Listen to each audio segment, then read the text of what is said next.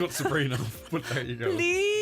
Please. Oh, she's playing tonight in 3 Arena. There's still tickets available, but they're like these VIP package. Forget that. No, pay no. €700. No, thank you. Yeah. No. You'd be half tempted, just for the experience if you had the money. No. Thank you. Would you go to the Errigal to see her? Mount Errigal. I climbed the mountain to see her. No, well, let's see. The Errigal, not for €700. No, my point is if she was, there, and had a ticket, would you go? I would go. Why? Aye, there you go. I would. I suppose. Lee, come here. are you going to have a wee power nap? Do you know what? Do you know what I said? I have a few things to do this morning, and says, I'm going to go do the big food shop and fill the fridge full of food, right? Yes, and then I'm going to get a power nap for 27 minutes. Have some tea before you go doing the shopping. I know, because you buy more. Yeah. I feel stuffed with that piece of beef. Glad that the guy seems to be a wee mouthful at the end. Have a good show, right? All right, Lee, take care of yourself. It is the 9 till noon show here in Highland Radio. It has just turned 9. Let's get a news update and cross over to Donald Kavanagh. Thank you, Greg. Good morning. The government's being urged to scrap what's been described as a de facto recruitment freeze for home care assistants in Donegal.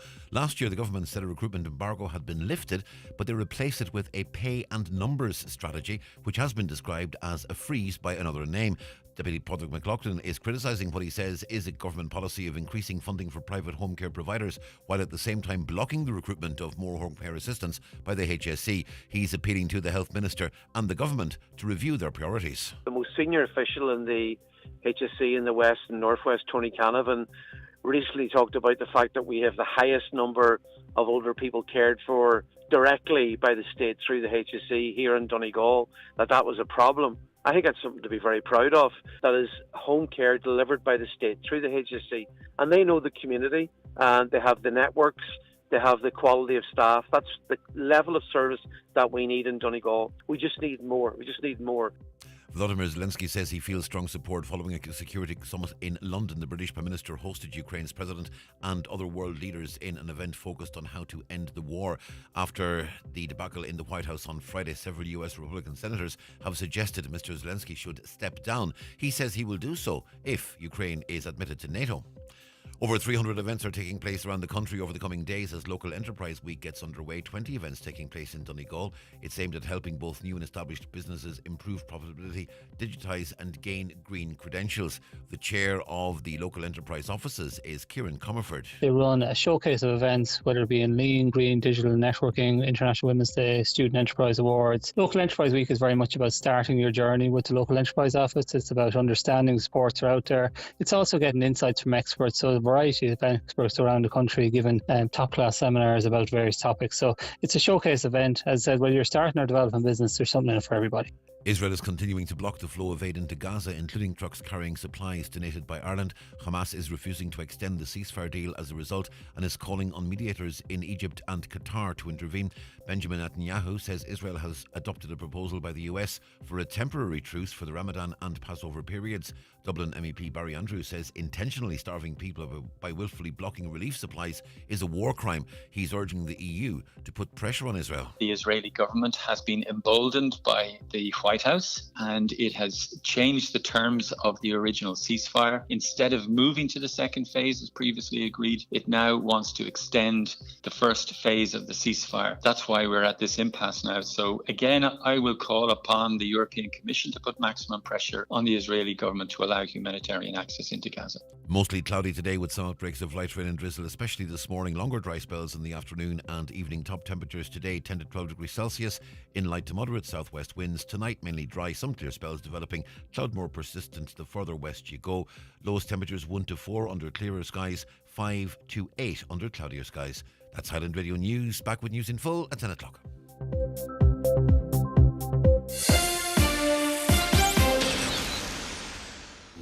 Double digits, double triple, double decker, double doors, double booked, double date, double bill, double base. When you say double, double down. 2 Zinger fillets, a hash brown, supercharger mayo, cheese and no bun. KFC Double Down. Available now. Until the 16th of the 3rd, 2025, while stocks last. Participating restaurants and delivery partners only. Delivery fees apply. Full T's and C's at kfc.ie.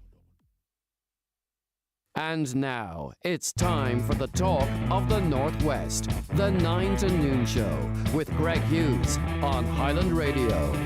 Hello, good morning, and you're very welcome along to the 9 till Noon Show here on Highland Radio. It is approaching 5 minutes past 9 on this Monday. It's the 3rd of March, 2025. Thanks very much for tuning in, and hopefully we'll keep you informed and entertained over the next 3 hours. And we've got the usual mix of news, opinions and features. So we want you involved in the conversation throughout, of course. WhatsApps and texts to 08660 25000, 08660 25000. Give us a call on 07491 25000, or if you want to email, it's comments@highlandradio.com. We have Caroline Orr back after her well-deserved break. Thanks to Donna Marie for standing in last week. But Caroline's back, and she's assisted by Shannon Wilkins. Okay.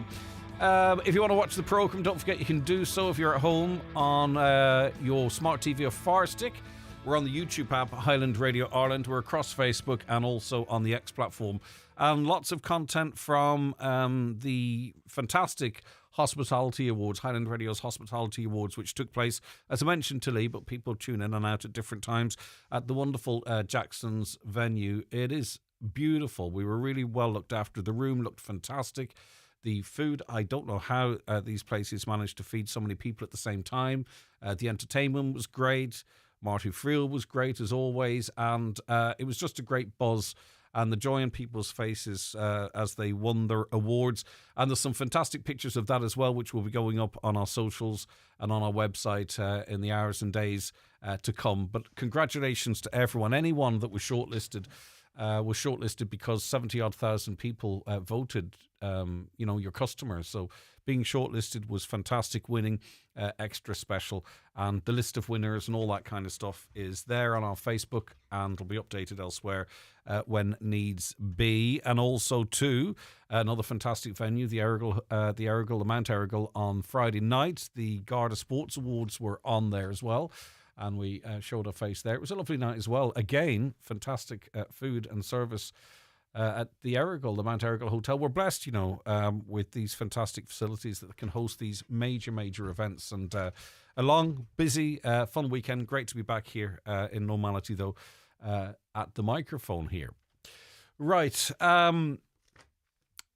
It was an incredibly difficult weekend at the same time too, and it's hard to sort of frame my weekend as something as so positive, and there was so much joy, and that's fine, and people need to experience joy as well, but there was just absolute devastation wreaked. I was going to say West Donegal, but I don't think it's just West Donegal. It's right across the region and beyond, with a very tragic collision that took place late on Friday evening. It's in the papers today, and I'm going to mention it in the papers today, but I know the families have an awful lot to be dealing with. So in terms of coverage, we're going to leave it at that. Not because it's not an incredibly significant story, but there's been an awful lot of coverage over the weekend, and it's just to give, I suppose, families the space that they need at this impossible time.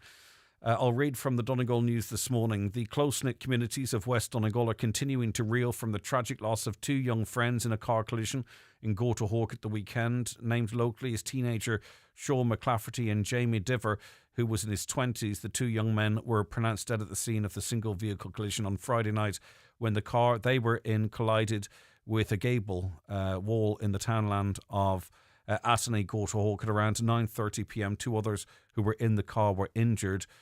Both bodies were removed from the scene to the mortuary at Letterkenny University Hospital, where post-mortem examinations will take place in due course. These two young lads are clearly incredible young men, and you could see that from comments from friends, extended family, work colleagues, that these were two incredibly important people. To be ripped away in this way is just incredibly sad, and all I can say is that our thoughts and prayers are with the families and all of those affected, because this is the type of tragedy that affects an entire community, and we're thinking very much on all of you, and also too on the family and friends of the two others who were in the vehicle and are still receiving treatment, as far as I understand. We just wish them a full and complete and rapid recovery. And we're just thinking on everyone affected, but directly affected by that awful tragedy. The Derry news this morning, Royal Mail branded as shambles. A young Derry woman has been left majorly out of pocket due to the shambles surrounding her Irish passport application. As a result, Georgie O'Hagan has cautioned after other first-time applicants about using the post office's passport postal service, and has called for an Irish passport office to be opened in the north. I've been calling for calls for that for longer than I care to remember. I don't see it ever happening. Again, front of all the papers and inside many cover a remarkable scene that unfolded in the Oval Office of the White House on Friday. And that was a very public slapdown of Volodymyr Zelensky by Donald Trump and his assistant, his vice president, J.D. Vance. And if you haven't seen it, watch it. It's 40 minutes long, and it gives a great context to all of it. But I don't know what to think about all of that. I'm hearing words like, end the war. Donald Trump mentioned 2,000 soldiers, both Russian and Ukrainians at least, had died in the week in advance to this. And I'm hearing talk about peace, that peace has to happen, and accusing Zelensky of sort of playing with World War III and what have you. And I'll be honest with you, and this is based on my ignorance, I'm thinking that language kind of makes a lot of sense. But then also I see a massive coverage over the weekend, particularly in the media that we're exposed to here, of a massive rebuke of Donald Trump and J.D. Vance. And we've had world leaders, including the leader of this country, world leaders from all around the world rallying behind Zelensky and Ukraine, talking of ceasefires and peace, but also talking about increasing money for the continued fight on the front lines. I don't know what to think. I don't know. Maybe you have all formulated your views. I'd be really interested on your reflections on, from regardless of what your opinion is, on the events in the Oval Office on Friday and what's happened since. We're going to be now, because of this and in response to what happened on Friday, €750 million of Irish taxpayers' money is going to be pumped into Ukraine's defence, effectively, and that's their offence. And that's where we're at now. We did seem like we were on the brink of some sort of a resolution. Now we seem further away than ever. We did hear the British Prime Minister and the French President talking about trying to come up with some sort of a ceasefire or a truce, as they called it.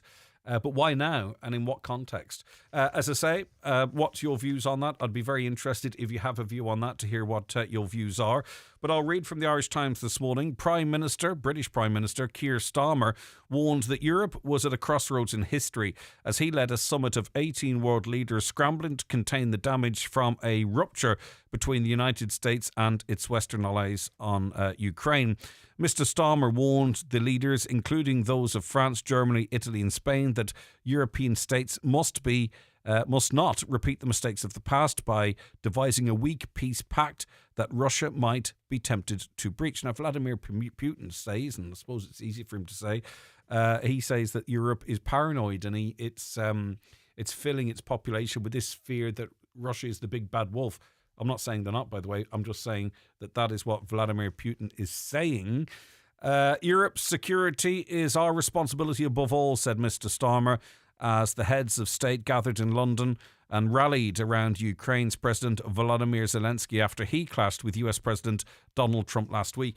And just to reflect on that briefly, he was asked why he's not wearing a suit. The argument was that it's disrespectful to the Oval Office. With that in mind, Elon Musk went in there with a cap and a jacket and a T-shirt, so he got away with it. But he does walk around in combat gear all of the time, but maybe that's to emphasise the state of world affairs and his country's place in that. A big change in terms of your motor insurance. You're going to need your driver licence number, a valid one. to insure your car from the end of this month. Drivers renewing or taking out new motor insurance must provide their unique driver number from the end of this month. The Motor Insurers Bureau of Ireland is warning that from March 31st it will be an offence for any insurance provider or broker to issue a motor policy where the driver's number has not been supplied. This means that anyone who does not provide the driver number for all named drivers on their insurance policy will not be legally able to receive motor insurance.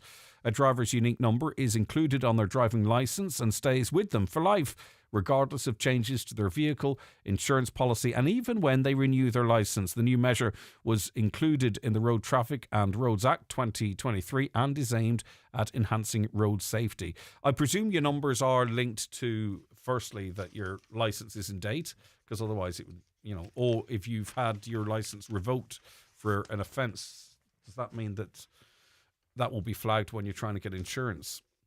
On to the Irish Independent now, and the Attorney General has been petitioned to order an inquest in Ireland into the circumstances of the murder and rape of Donegal woman Danielle McLaughlin in India in 2017. You'll know that Vikat Bhagat, an Indian gang member, was found guilty of raping and murdering the 28-year-old and was sentenced to life in jail on February 7th in Goa, 17th, I beg your pardon.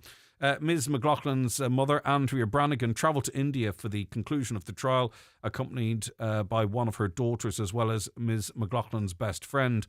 In March 2017, Ms. McLaughlin, who had been backpacking in the area, was found dead in a field in the western state of Goa. Ms. Brannigan said there were several reasons she hoped this inquest might be granted. We got a post-mortem report. It was over 100 pages long. It's very technical. Part of the job of the coroner is to condense that for us to explain it, she said. So you can understand why they want answers there. On to the red top tabloids now, and patients who are deaf or hard of hearing are waiting up to 3 years for treatment, says a charity. And support group Chime revealed the number of people waiting for audiology treatment has risen from 20,000 in 2020 to more than 26,500 today. Almost half of those on the wait list are children under 18. And on today's World Hearing Day, Chime is urging the Department of Health to immediately introduce an initiative to deal with delays in audiology treatment. So maybe you're the parent of a child on one of these lists. If you want to tell us your story, it might better help us as the wider public to understand. But 26,500 people are now waiting, many of them children actually, almost half of them, for audiology tests. Back to matters of national security, one might argue, and the Irish Star tells us that the government is to change Ireland's triple lock system by removing the requirement for United Nations Security Council approval for Irish peacekeeping operations.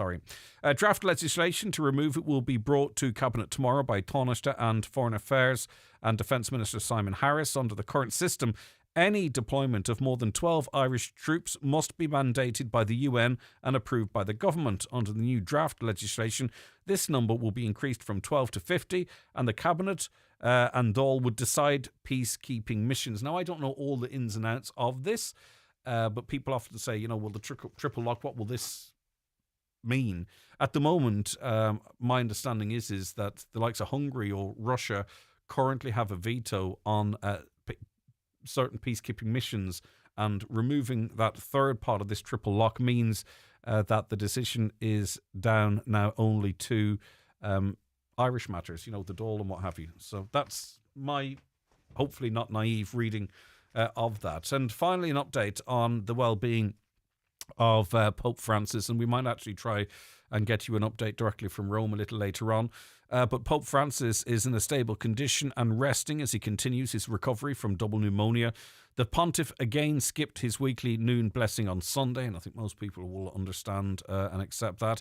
Instead, the Vatican distributed a message from the 88-year-old Pope in which he thanked his doctors for their care and well-wishers for their prayers. He said he's living his time in hospital as an experience of profound solidarity with people who are sick and suffering everywhere. He added, "I feel in my heart the blessing that is hidden within frailty, because it is precisely in these moments that we learn even more to trust in the Lord." And that was a run through some of the stories making the front of and inside of today's newspapers. Back with more on the show very shortly. Daily newspapers are courtesy of Cosgrove, Centra and Diner, Mountaintop, Letterkenny. The 9 till noon show is brought to you by Letterkenny Credit Union. Digital loans now available. Apply online or via our app today and get your loan transferred directly to your current account.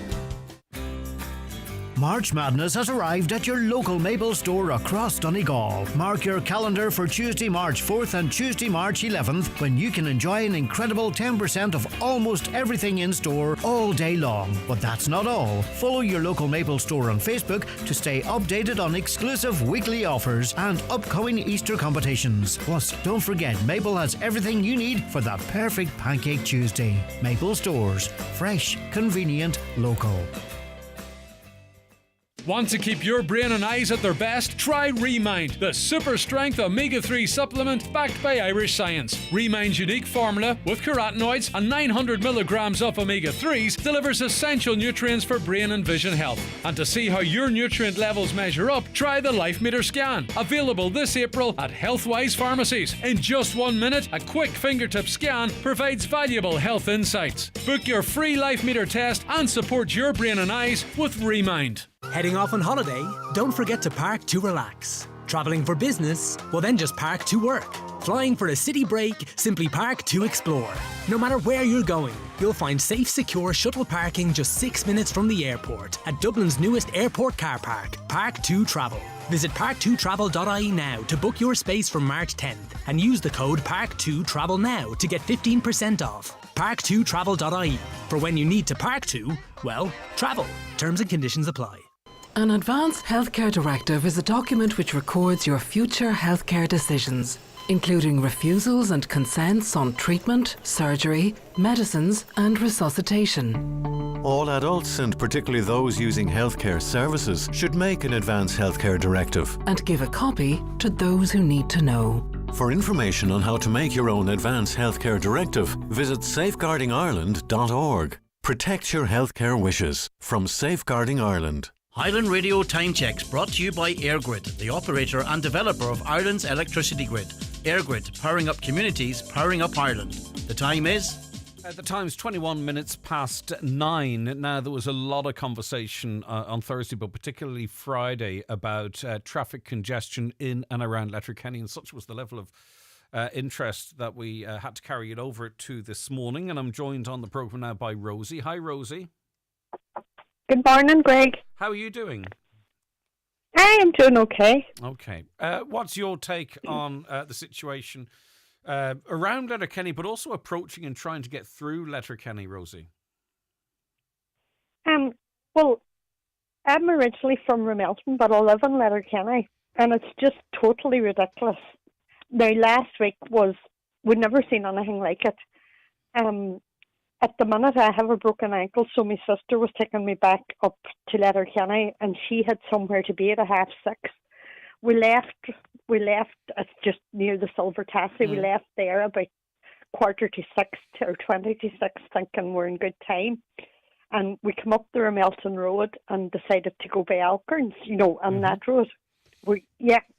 And we sort of turned up there, and we saw that the cars were jammed back up to almost the entrance to Alkerns. Wow. So we turned thinking we'll go back down and we'll try going down Maharenan. Now that was jammed as well, so we decided to go down the Glebe Road, which would be like a left road. It's before the corner at the top of Maharenan. We went down there. And at this stage, I was trying to get up to my own house. But she said to me, I'll leave you down here. We have two houses, so I went to my husband's house. I said, you know what, you can leave me down here, because when we got to where you'd be cutting out the Thorn Road, the cars were jammed again. Wow. And she said, leave you out. She says, I'm throwing you out. And about 20 minutes later, she rang me. She says, guess where I am now? And I says, you're bound to be in the town. She says, I'm still not out on the main Ramelton Road. The cars was jammed that way. Like, she still wasn't out near around the 7 where you cut out there. It was just absolutely disgraceful on Thursday evening, Greg. And there's no local knowledge. There's no local knowledge. You could have avoided that. And in fairness, what time would you have to have left at to get to where you needed to be at 6:30, 4 o'clock, 3:30? Oh my God, I I don't know, because then she's on the triathlon club and she was meeting people to run, and she says, ring them, and they were saying, it's all right, we're stuck here, and we're stuck, like those people coming from different directions onto the town, but everybody was stuck. It seemed to be that the main problem, it was a bottleneck once you got out to the dry arch, or apparently before the dry arch. I heard a lorry driver on Friday saying about they had sort of coned off the roundabout. So it was the fact of cutting trees and closing one lane going out the dual carriage. It is quite remarkable, isn't it, though, that, I mean, obviously you could question the timing of it because the cones were out, I understand, even though work wasn't ongoing. It's hard to imagine, isn't it, or maybe it's not, that the inward traffic being reduced to one lane could snarl up where you were trying to go from A to B at. Yeah. Do you know what I mean? Like, the town must be incredibly vulnerable to any disruption at all to the inward lanes. Well, we would be aware, because we have local knowledge. We would be aware that it's busy.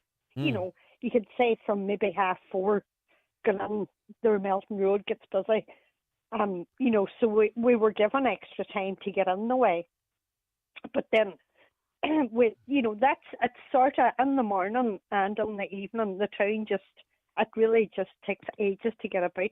But one blockage, like one fixture like that, just really, really upset it and just made everybody stuck and everybody at a standstill for places they had to be. Rosie, for the likes of yourself and others, we understand it's an inconvenience. I think, it's more than an inconvenience, because you do need to be able to move around the place that you live.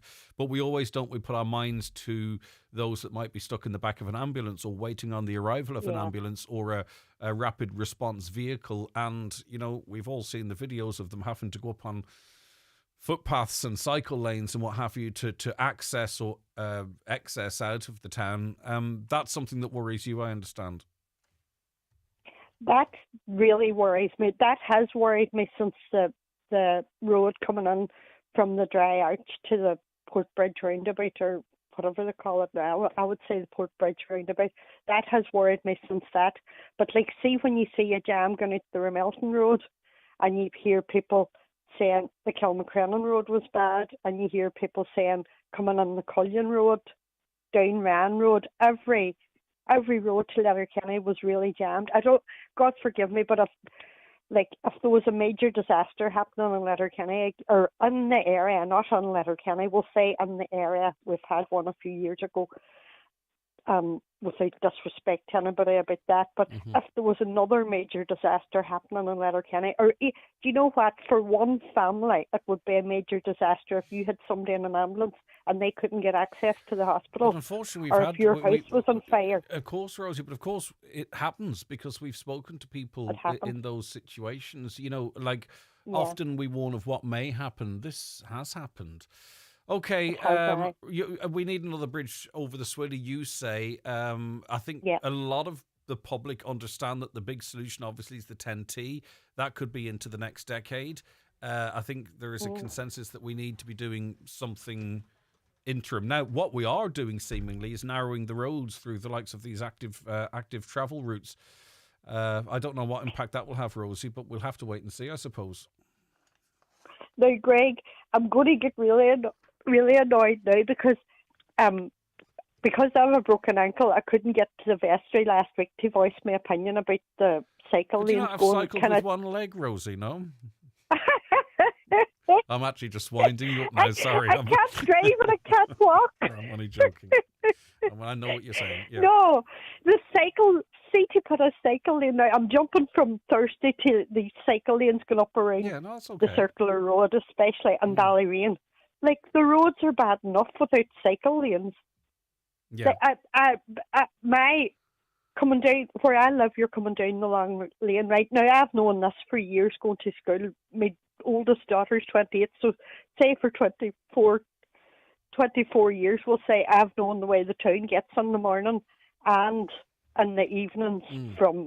I always sort of try and miss school times or work times, but you could be coming down the circular road. You could be coming, say, from Glencarry roundabout, trying to get to the hospital roundabout to go to the Kilmacrennan Road or Ramelton.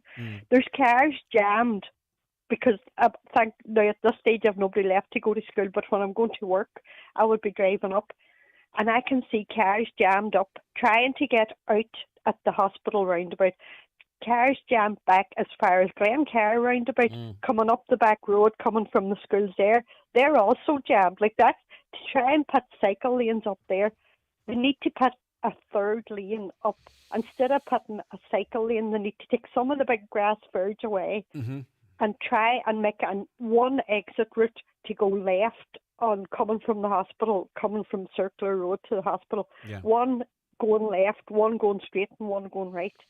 But there's actually a centre lane being removed. There's a centre lane being removed from parts of that road too, though. Even if they had to do that, remove the bollards, I don't know, they could put in ramps or do anything as long as people could get moving about in the morning. Right. Like I said, I'm no road planner, but it's just, this my views and I would say what a lot of people are thinking. That's why I asked you, Rosie. How long have you the cast on for now before it comes off? I don't know how much longer. I had a bad slip in the stairs in my own house, and I had dislocated 2 ways and got 3 breaks. So it's not going to be your standard 6 weeks. Now. It's not going to be my standard 6 weeks. Okay. It's 4 weeks on Saturday since I had the operation. I'm back up tomorrow week in the hospital, and I'll see what the fingers crossed, Rosie. Fingers crossed. Thanks, Greg. Right, thank you. And you look beautiful last night at the Highland Radio. I'm sorry for winding you up about cycling with one leg now. Thanks so much, Rosie. I really appreciate that. It was great fun. Thanks so much. You're very kind. Thanks, Greg. Bye-bye, Rosie. Take care. Sandra has a view on this as well. Sandra, thanks for holding and listening to Rosie there. Good morning to you. What's your views on Greg. Sandra? Basically, Greg, well, I commented on the Facebook last week about more, they're going to be putting up more cycle lanes, whatever. I think there's enough cycle lanes, or forget about cycle lanes, especially on the main roads in and out of Letterkenny, Greg, because the motorway out of Letterkenny, or so-called, as they keep calling it, the 4-way, or the 4-lane motorway out of Letterkenny, they didn't change it. They made it smaller with 2 lanes out and 2 lanes in, and with a great big thing down the middle of it, which is no need for. And you very seldom, going out that road, you very seldom see anybody on the cycle lane. Also, they put cycle lanes on the back road, Convent Road, whatever. And I mean, anybody that cycles in that there, I mean, they would need an ambulance to get to them because it's literally turning it into a cardiac hill. I don't know what the purpose of it is. Maybe Letterkenny's hoping to host the Tour de France down the line or something. Otherwise, I think it's just a waste of time putting them in. Yeah, but even, I don't spend much time in Dublin. I'm not anti-cyclist or walking or whatever, or scootering or whatever people might choose to do. But even down in Dublin, the whole city's snarled up with these active travel measures, and you very rarely see any cyclists on them. You know what I mean? But the thing about it is... Yeah, go ahead, Sandra. Yeah, Greg, the thing about it is, here, the amount of people that... Everybody here... Dublin, they've got great... public transport, transport. Absolutely. Whereas here, we depend on cars to get from A to B, really. Yeah. I live out in the country, and there's no way that I could possibly cycle where I am. And anyway, it's too dangerous because of the situation of the traffic in Letterkenny. Everybody's using country roads now, and the roads are just too dangerous then to go either walking or cycling on out along the countryside. Good point. Yeah, good point. They're using these roads as sort of and you can't blame people. Bypasses. Yeah. Yeah, you can't blame people for actually doing it, but then it ends up then that the country roads then are the road surface is absolutely diabolical then, because there's so much traffic on the country roads, and you know the road surface wasn't built for it, you know. I think if this was done, I think the solution is it's cart and horse, isn't it? I think from what I'm gathering from people, say the 10T work was done, and traffic was eased in Letterkenny, because we had alternatives and you didn't have to go through Letterkenny if you were travelling from, I don't know, Dunlow to Strabane. You wouldn't have to go through Letterkenny, so that would relieve traffic like that. But then Then, when there's less traffic, then you sort of look at active travel measures, narrow the roads a little bit. Then you have your footpaths and your cycle lanes, and maybe not our generation, Sandra, but maybe the next generation, the generation of that, will start travelling in a different way. It just feels for some, what I'm getting on this show is that we're putting the cart before the horse. We're trying to turn Letterkenny into this different type of traffic space, but all the traffic still, because of the delays in the 10T, all the traffic still has to go through Letterkenny just to get from A to B. That's what I think maybe the problem is for, Well, the other thing as well, Greg, when they're doing works, like cutting trees, which will be happening very shortly now, coming into spring, summer, whatever. But I think any of those contracts should be awarded to somebody that can do works overnight when the roads aren't busy. 100%, doing all those road works and things during the day, they know that the situation in Letterkenny is crazy without adding to it. And I think award the contract to whatever contractor is going to do the work overnight when the traffic's from 7 to 7 or whatever, and people can plan their journeys then for that. All right. Okay. Love it. Go ahead, Sandra. Yep. Of course. Go ahead. Something else that I wanted to say. We're always talking about this bridge over the Swilly. I don't think it's going to happen in my day anyway or whatever. But I had an old newspaper cutting. It was an old freebie paper we used to have in Letterkenny back about 20 years ago, called the Letterkenny Post. And I had a copy of the paper and I'd misplaced it. But somebody out there might have a copy or might be able to source a copy. But on the headlines on that paper, and it was around about 2005, and it said that I think it was 50. I don't know whether I think it was 50 million or something, Greg, which was a lot of money. Yep. Was allocated to Donegal County Council to build the bridge across the Swilly. Now, I can't put my hand on the newspaper again, but I definitely had it. And I could swear it was 50 million, but maybe somebody might be able to source. Well, maybe that coincides with the somewhere. time that there was property and land. Now, I'm someone with better local knowledge than I. There was CPO of businesses there, wasn't there? That maybe might be the start and end of the bridge. So maybe that was part of that.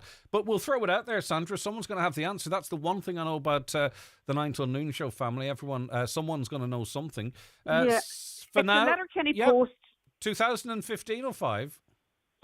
It's about 2005, Greg. I think around 2004. I think it was 2005. Right. Okay. Or thereabouts. I think between 2004 and 2005. But somebody might be able to source something on it anyway. All right. Leave it with. Thanks so much. And what happened to money? What happened to money? I'm not going to say anything because I didn't get much sleep last night that might get me into trouble. So stop asking leading questions, Sandra, when I'm a little bit sensitive. Okay, Thanks, Greg. Sandra. Take care of yourself. God bless you. Thank you very much indeed. That's Sandra and Rosie before her there. A caller says there should have been a bridge built from near Letterkenny Golf Course that goes across the Swilly and comes out near Murray Motors, as a bridge at Bonnegee isn't going to make much difference as most of the traffic is going into town. I'm not really... There was a survey done on Letterkenny traffic levels. It feels like it could have been 2005. That's how time goes. And I wonder, have these surveys accounted for where the traffic is going? You know, the amount of through traffic versus traffic that's going to somewhere in Letterkenny. A caller believes a bridge won't even solve the traffic issues, which some of you might sympathise with there. One more just before a break.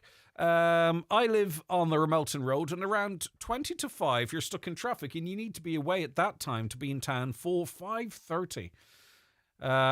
You're blocked if you go via Alcorns or past Arena 7. So, theoretically, I could leave here and, be not far off Lahey by the time it takes someone, with a good tailwind.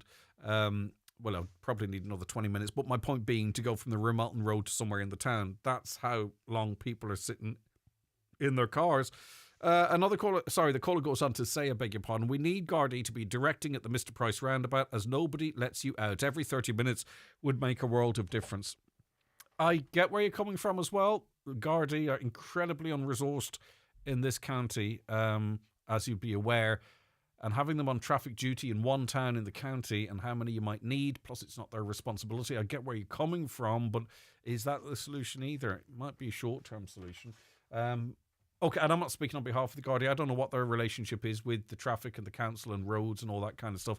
I just recall a guard telling me one time that they often don't have the resources to be fixing problems, not of their creation, it has to be said. All right, then, let's take a break. Back shortly.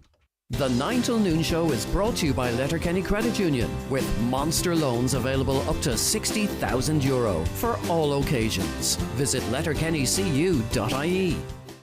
It's the holiday of a lifetime. Highland in the Sun 2025. This September 14th to the 21st, we go back to the stunning 4-star Sol Costa Jurata Hotel Saloon for 7 nights dinner, bed and breakfast and lots of great entertainment with some of your favourite acts in Irish country music. Don't delay and book today by contacting Country Music Tours on 074 9119 955 or email info@countrymusictours.ie. Don't miss out on the holiday of a lifetime. Attention Donegal, Derry and Tyrone. PD Bathrooms and Tiles are proud to unveil our newest and most stunning showroom in Lisfannon Business Park, Buncrana. Located right opposite the Northwest Golf Course, we offer unbeatable quality and incredible value. For 30 years, we've been the experts in total refits, stocking and serving as the sole agent for many top brands. Visit us today and transform your space with the finest bathroom and tile solutions. Telephone 93 95 884. PD Bathrooms and Tiles, where excellence meets value. Lisfannon Business Park, Buncrana, F93H10F. Refresh your space for summer with Foy's of Ballybuffet and Letterkenny. Whether you're looking to refresh your home or transform your business, Foy's experts are here to help you every step of the way with free interior design and paint colour consultations. From wallpapers to curtains, blinds to lighting and accessories to furniture styling. We've got it all. Ask about our defective block support scheme. Foy's of Ballybuffet and Letterkenny, the largest paint and wallpaper stockists in the Northwest. This Wednesday, Around the Northwest is live from Donegal ETB's Further Education and Training Fair in the Radisson Blu Hotel, Letterkenny. The fair actually starts with 2 hours on Tuesday evening from 7 for school leavers, their parents and guidance counsellors. And then on Wednesday morning from 10, it's open to everyone who wants to find out more about the wide range of full and part-time education and training opportunities available. So join us this Wednesday, live from the Further Education and Training Fair in the Radisson Blu Hotel, Letterkenny. Now, yesterday there was a very important meeting of families of children with no places at Little Angels in Letterkenny. Now, you would know that there is a new building there, and there's a certain amount of classrooms have been provided, and it actually hasn't got the capacity to meet the needs of the county, which is, as many might feel, an opportunity lost. There are a number of families who were informed last month that come September there won't be a place for their child. And I want to just remind us of the family's experiences and the implications of this. We'll get a political response to this in a moment, but first I want to speak to Aoife. Aoife, thanks so much for your time this morning. It is greatly appreciated. Yeah, thanks, Greg, for having me on again. Yep. Now, remind us, you're the mum of Casey, and you got that information on that Friday saying no place for Casey in September. Did this come, just to remind our listeners, as a bolt out of the blue, Aoife? It was definitely a surprise for us as parents to get that call and then the letter to state that he didn't have a place now coming for September. Because like that, we had been given reassurance that he would be getting in due to his severity of his needs. It was just kind of more or less paperwork that needed to be carried out just to get him in. What's your assessment of the meeting last night? Because it was attended by TDs, ministers, and councillors.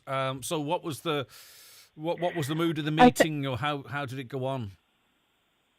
I think, I suppose we went into the meeting, but we were a group of 8 parents. I suppose after it came a light that there was a few parents who were affected by this. Like we came together as a group of 8 parents to set up a group, and we then started for the last 2 weeks getting on to councillors, TDs, anyone who would listen, and we arranged the meeting for last night in Letterkenny.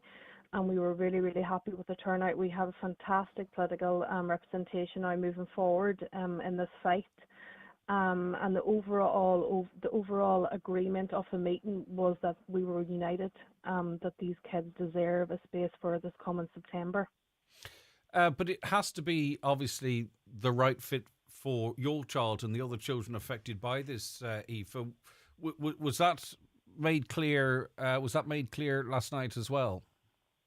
Yeah, I suppose us as a group of parents, we all individually spoke about our kids and their needs, because it's essential to get across to the wider community is that not every child is the same. Every child has has different needs, and they will need different resources. So we obviously, as parents, don't want to have to put our child into Angels, but it's essential that our kids go there for their needs to be met and for them to reach their fullest potential. And I suppose at the meeting we got that across, and the representations, they understood that where we were coming from, and when we put the proposals of maybe solutions moving forward, and we discussed those as well on the night. How many children do you believe are affected by this, Aoife? Because the figure of 9 was given sort of at the start of this controversy, but not everyone's going to come out straight away, sort of putting their hands up and saying "me too." Do we have a sense, Aoife, of how many young people might be affected by this oversubscription? So at the moment, my belief is that there is 8 on the actual official register, because those are the people who had the documentation ready for the closing date of the applications. But there was a number thrown around last night that there was 36 families who's going to be affected by this. And Pierce Doherty did back that up and said that his office had received numerous calls as well who haven't got their application form in because they're waiting on their cognitive assessments. Okay. Now, we are just at the start of March, and for some, September might seem like a long way away, but in terms of a solution to this and maybe additional equipment or whatever might be needed to best meet the needs of the children, we need decisions now, don't we, to make sure that things are ready to go in September if the will's there. I suppose, and this is what I try to get across, obviously, Casey, our son, is a child that will need equipment because our child isn't mobile. He will need about 3 different pieces of equipment. And when I had the meeting with our CDNT team, obviously they can't order because it has to be done through the Department of Education. And this takes ages to actually get in. So even if, we would need an answer within the next few weeks for us then to put in for the application for the equipment, to have all his equipment ready for him to start in September. So it's a matter of urgency, to be honest. Okay. Stay with me. For Councillor Michael McBride was at the meeting as well. Michael, thanks for your time. You were amongst a strong group of politicians of all political persuasions or parties and none. What's your reflection on last night's meeting?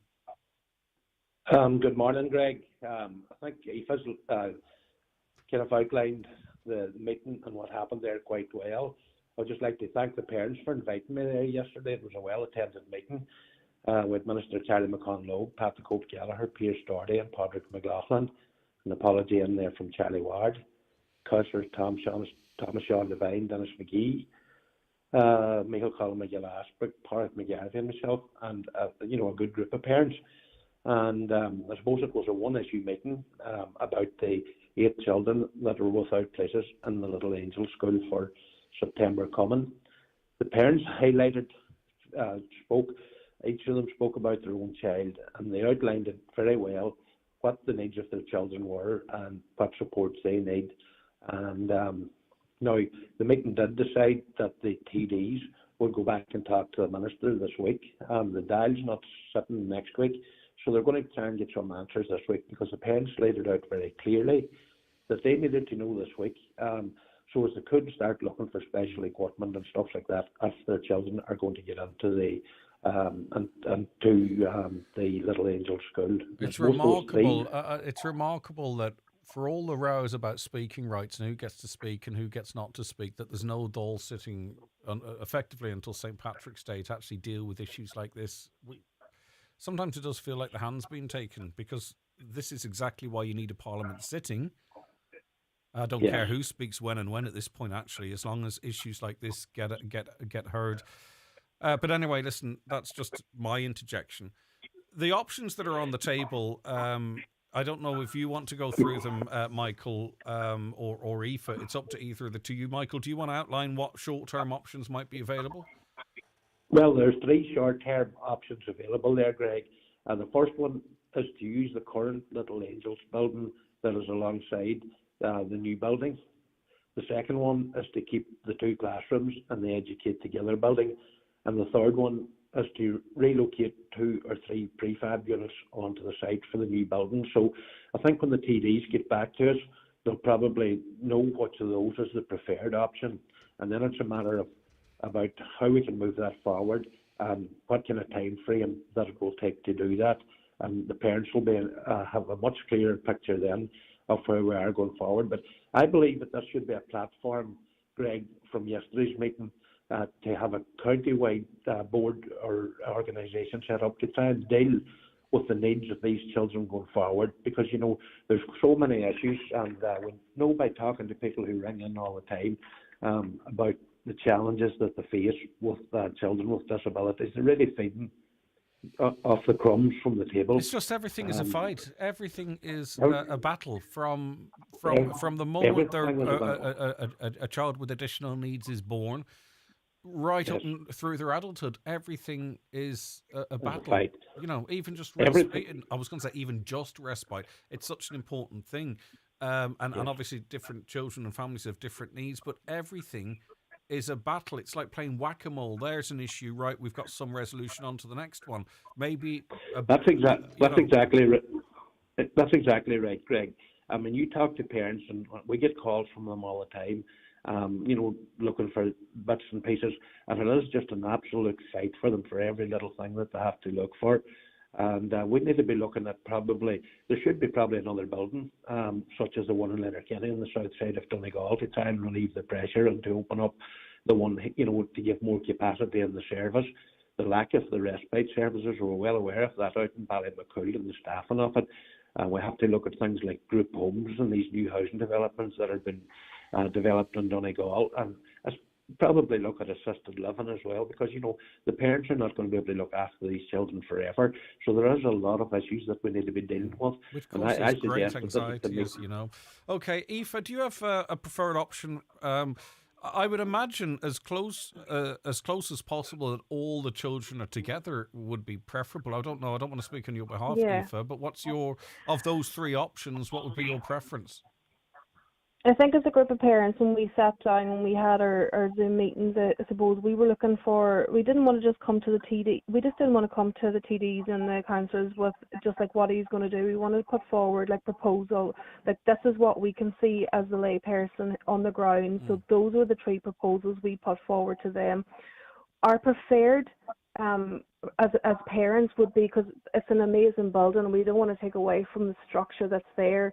And I suppose when we discussed last night about possibly keeping the Educate Together buildings, I feel as a parent, and if I had a parent and if I was a parent and I had a child in that classroom, I would want my child to go into that facility. So I do think that that's probably not the best option, that those kids should be integrated into the new service. I agree. That's how I feel. And I feel that maybe for short term, as like I know that older building of Little Angels is a HSE building, but if we could possibly use that because it's quite close, or even the prefabs would probably be the best, would be to take it up near the newer building so we could have the use of the new building as well. Okay. Because unfortunately this takes away from the light of the amazing facility that is there. And I think every child has a right to be able to use that facility. All right, okay, the Dáil is sitting this week. My mistake, it's not sitting next week. I know they've put some business back to after St. Patrick's Day, so that's what confused me. So just so we can also stay on top of this, Aoife, with our inquiries, what kind of a timeline were you given by politicians that were there today? Or yesterday, sorry. In fairness, when we spoke, it was as if we did. They all noted that it was urgent, so we said it was this week that we wanted answers this week. We're putting forward questions this week. We want to hear back from it this week. We've set up a little group of the councillors and TDs that were there and 2 parent representatives, so we are all in the same loop. So we're going to keep this going. We're going to start doing now more of a social media campaign to try and get the other parents that haven't applied that are looking to apply. Yeah, because get more people on board. Yeah, because where the children are accommodated is important, because there's a nurse, I believe, at Little Angels who will be located in the main building. So having some children off-site and the nurse on-site wouldn't make a great deal of sense. So, but I think I think people understand that. Aoife, thank you very much indeed. Stay in touch with us, obviously, as you know that yourself. Yeah. Thank you. God bless you and all. Councillor Michael McBride, thanks for your input as well. Take care of yourself. You're welcome. All right, bye-bye. Back with the weather. The 9 till noon show with Letterkenny Credit Union, now offering mortgages from €40,000 to €600,000 with no hidden fees or transaction charges. Letterkenny Credit Union, 9102127. There's bingo every Monday night at Halfway House Burnfoot. Doors open at 7:30 with eyes down at 8:30. €2,500 must go. The snowball is now €1,550 on 45 numbers or less. If you're not in, you can't win. That's Halfway House Bingo tonight at 8:30. Is the appearance of your staff important to your business? It's the first point of contact for customers when entering your premises. At C&M Embroidery in Letterkenny, they have a huge range of clothing covering all areas of the workplace. It's widely known that customers warm to and trust employees that present themselves well. Have your company name embroidered or printed on all your work uniforms. Contact C&M Embroidery on 07491 28097 and get your staff looking their best. Here at Braden's House to Home Interiors, Moville and Bridgend, we stock recliner and fabric suites, dining tables and chairs, beds and mattresses, curtains and rugs, and don't forget our large flooring department stocking carpet, vinyl and laminate flooring. We can't be beaten on price or quality and give a weekly delivery service to Donegal, Derry and Strabane, not to be matched. So call in today to Braden's House to Home Interiors, Moville or Bridgend for all your home furnishing needs. Building a new home? Discover next generation comfort with the new award-winning Grant Airona R290 heat pump, delivering exceptional performance with quiet operation. The Grant Airona R290, heating for the future. Think heating, think Grant. Visit grant.ie. Highland Radio weather updates with McLaughlins. Our new season special occasion wear range is here. Visit us to explore our extensive dress collection in store or shop online at mclahennys.com today. So mostly cloudy today with some outbreaks of light rain and drizzle, especially in the morning, but with longer dry spells in the afternoon and evening. Temperatures 10 to 12 degrees, and my understanding is that it's going to be relatively pleasant this week across the northwest. Obviously, we'll expect bits of rain here and there, but our weather influenced by high pressure. P. Boner says, we always have to fight for our children, but earlier when a woman tried to raise the issue of money missing for roads around Letterkenny, she was cut off. She wasn't cut off, P. Listen back to it.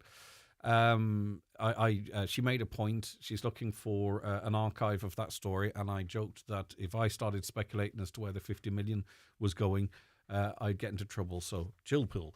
But I appreciate your input nonetheless. Right, I'm not going to go to any comments now. I'll come back with them after 10 o'clock. So if you've any views on anything we've talked about so far, or indeed if you wish to raise your own issue, you know how much we like to hear from you. It's very easy to WhatsApp and text us. Just get your phone out, 086 60 25,000. If communication for you is better orally and you want to send us a voice note, please feel free to do that as well. Or as always, give us a call on 074 91 25,000. But we take a break now for the news and the obituary notices. We'll chat to you after 10. The 9 till noon show is brought to you by Letterkenny Credit Union, offering low-rate car loans with fast approval. Apply online at letterkennycu.ie or in office today. TG Cahar's highest rating country music series, Opry Le Daniel, is back at Derry's Millennium Forum for 3 nights only. Daniel O'Donnell will host and record with 17 special guests from Monday 24th to Wednesday 26th of March, with 2 concerts each night. Tickets available from the Millennium Forum box office and website.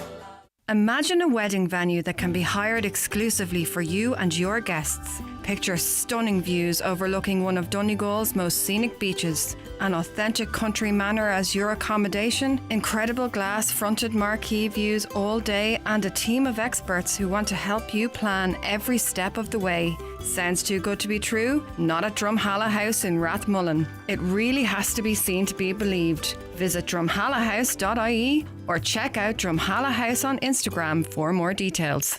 Experience top quality tours with Boyce Travel Ramelton. From the stunning bloom in the park to the charm of Westport and Killarney or the excitement of the ploughing championships, there's an adventure waiting for you. See boycetravel.com or call 9151043.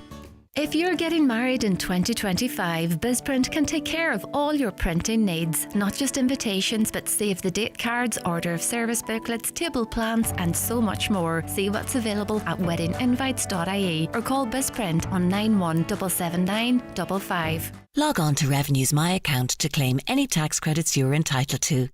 And tell us about any extra income you have earned outside the PAYE system. If you're due a refund, you'll get it within days. If you owe us money, we'll work with you on a payment option. My Account. It's quick, it's easy, and it's free. Live, on air, online, and on the Highland Radio app. This is Highland Radio News. Good morning, it's Donna Marie Doherty with the news at 10 o'clock. The government is being urged to remove what's been described as a de facto recruitment freeze for home care assistants in Donegal. Last year, the government said a recruitment embargo had been lifted and replaced with a pay and numbers strategy, which some say is a freeze just given a different name. Donegal Deputy Padraig McLaughlin is criticising what he says is a government policy of increasing funding for private home care providers, when at the same time blocking the recruitment of home care assistants by the HSE. Deputy McLaughlin is appealing to the Minister for Health to review their priorities. The most senior official in the HSE in the West and Northwest, Tony Canavan, recently talked about the fact that we have the highest number of older people cared for directly by the state through the HSE here in Donegal, that was a problem. I think that's something to be very proud of. That is home care delivered by the state through the HSE. And they know the community, and they have the networks, they have the quality of staff. That's the level of service that we need in Donegal. We just need more. Concerns have been expressed that an ongoing discussion about a bypass of Bridgend could lead to the development of being hindered a land effectively being sterilised for planning purposes. Councillor Paul Canning told a recent meeting of Inishowen Municipal District that a time limit should be put on the process, and if funding is not received within 5 years, then planning restrictions should be lifted.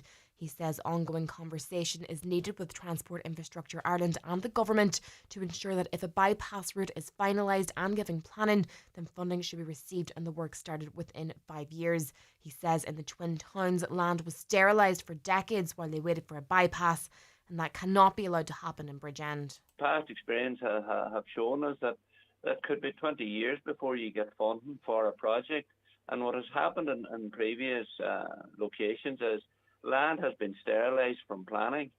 And I am fearful that the same thing could happen to Bridgend. So I'm asking that in this instance, if we have a prepared route, that if we are going to funding and we don't receive funding within 5 years, that the sterilisation of that land should be removed. A government proposal to remove UN approval from the triple lock is dividing opinion.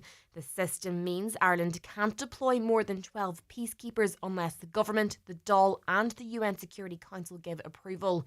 Russia is one of 5 members sitting on the council, meaning it can veto decisions on the military activity of UN member states. Former Army Ranger Cathal Berry thinks the triple lock gives Moscow too much power over peacekeeping missions. Let's remember as well, it was a Soviet veto that prevented Ireland joining the United Nations in 1945. We had to wait 10 years. We know what a veto means in the Security Council, and we shouldn't be voluntarily gifting a second veto to the Kremlin, basically to cause as much difficulty for Ireland as possible, and they will certainly take full advantage of that. Homeowners looking to build log cabins on their property could be faced with a second property tax bill. Revenue says at a minimum they're likely to see existing tax rates increase. However, each case will be determined individually. The increase would be added if the additional structure is valued as an entirely different property to the existing home. A spokesperson for Revenue told the Irish Independent that's categorised as a self-contained accommodation with its own access point, where facilities for day-to-day living are located in reasonable proximity to each other. Over 300 events will take place around the country over the coming days as Local Enterprise Week kicks off, with over 20 events in Donegal. It's aimed at helping both new and established businesses improve profitability, digitise and gain green credentials. Chair of the Local Enterprise Offices, Kieran Comfort, says it's geared towards helping both startups and established businesses. They run a showcase of events, whether it be in lean, green, digital networking, International Women's Day, Student Enterprise Awards. Local Enterprise Week is very much about starting your journey with the Local Enterprise Office. It's about understanding the supports are out there. It's also getting insights from experts, so a variety of experts around the country giving top-class seminars about various topics. So it's a showcase event. As I said, whether you're starting or developing a business, there's something in it for everybody. Having a look now to the weather forecast, mostly cloudy today with some outbreaks of light rain and drizzle, especially in the morning, but with longer dry spells throughout the afternoon and this evening, all with highest temperatures of 10 to 12 degrees. That's all for now from Highland Radio News, back with headlines at 11 o'clock.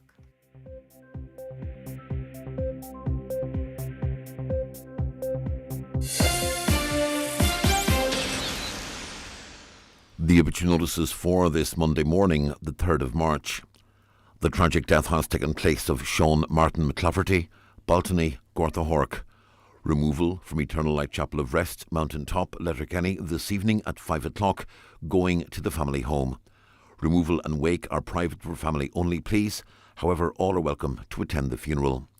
The funeral mass will take place in Chockfabel Criast Rí Gorthahork on Thursday morning at 11 o'clock, with interment afterwards in the adjacent cemetery. The funeral mass can be viewed live on Kieran Rorty Funeral Director's Facebook page. The death has taken place of John Crossan, Lima Crossan, Quigley's Point, formerly of Warren View, Muff. John's remains are reposing at his nephew James and Tina Breslin's residence at Carrick McQuigley. Funeral from there tomorrow morning at 10:20 for 11 o'clock funeral mass in St Columba's Church, Drung, followed by interment in Drung Cemetery. The funeral mass can be viewed on stcolumbusdrung.net. The death has taken place of Jean Stewart, Rowan Rimelton, reposing at her son John and Margaret Stewart's residence at Rowan Rimelton. House private, please, at the request of the deceased. Funeral service tomorrow afternoon at 1 in Rimelton Presbyterian Church, with burial afterwards in Bank Cemetery. The funeral service can be viewed on the parish YouTube channel. Family flowers only, please. Donations, if desired, to Oris E. Donald Residence Comfort Fund, care of any family member, or Patrick Sweeney, Funeral Directors. The death has taken place of Francis McConnell, née Potts, 143 Ernie Road, Clady. Funeral from her home this morning at 11:20 for Requiem Mass in St Columba's Church, Dunnyloop at 12 noon. Interment afterwards in the adjoining cemetery. Family time, please, from 10 p.m. The Requiem Mass can be viewed via the parish YouTube channel. And the death has occurred of Mary McMahon, Fintown. Mary is reposing in St Colmcille's Chapel, Fintown, with Requiem Mass today at 12 noon, followed by burial in the adjoining churchyard. The funeral mass can be viewed on Chock Public Colmcille Facebook page. The house is strictly private, please. For family information and more details regarding wakes and funerals, please go to highlandradio.ie. highlandradio.com.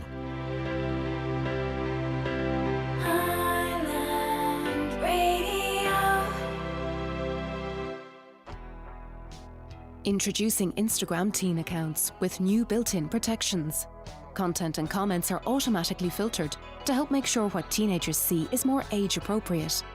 And teenagers under 16 require parental approval to change these protections. Instagram teen accounts. New built-in protections for parents' peace of mind.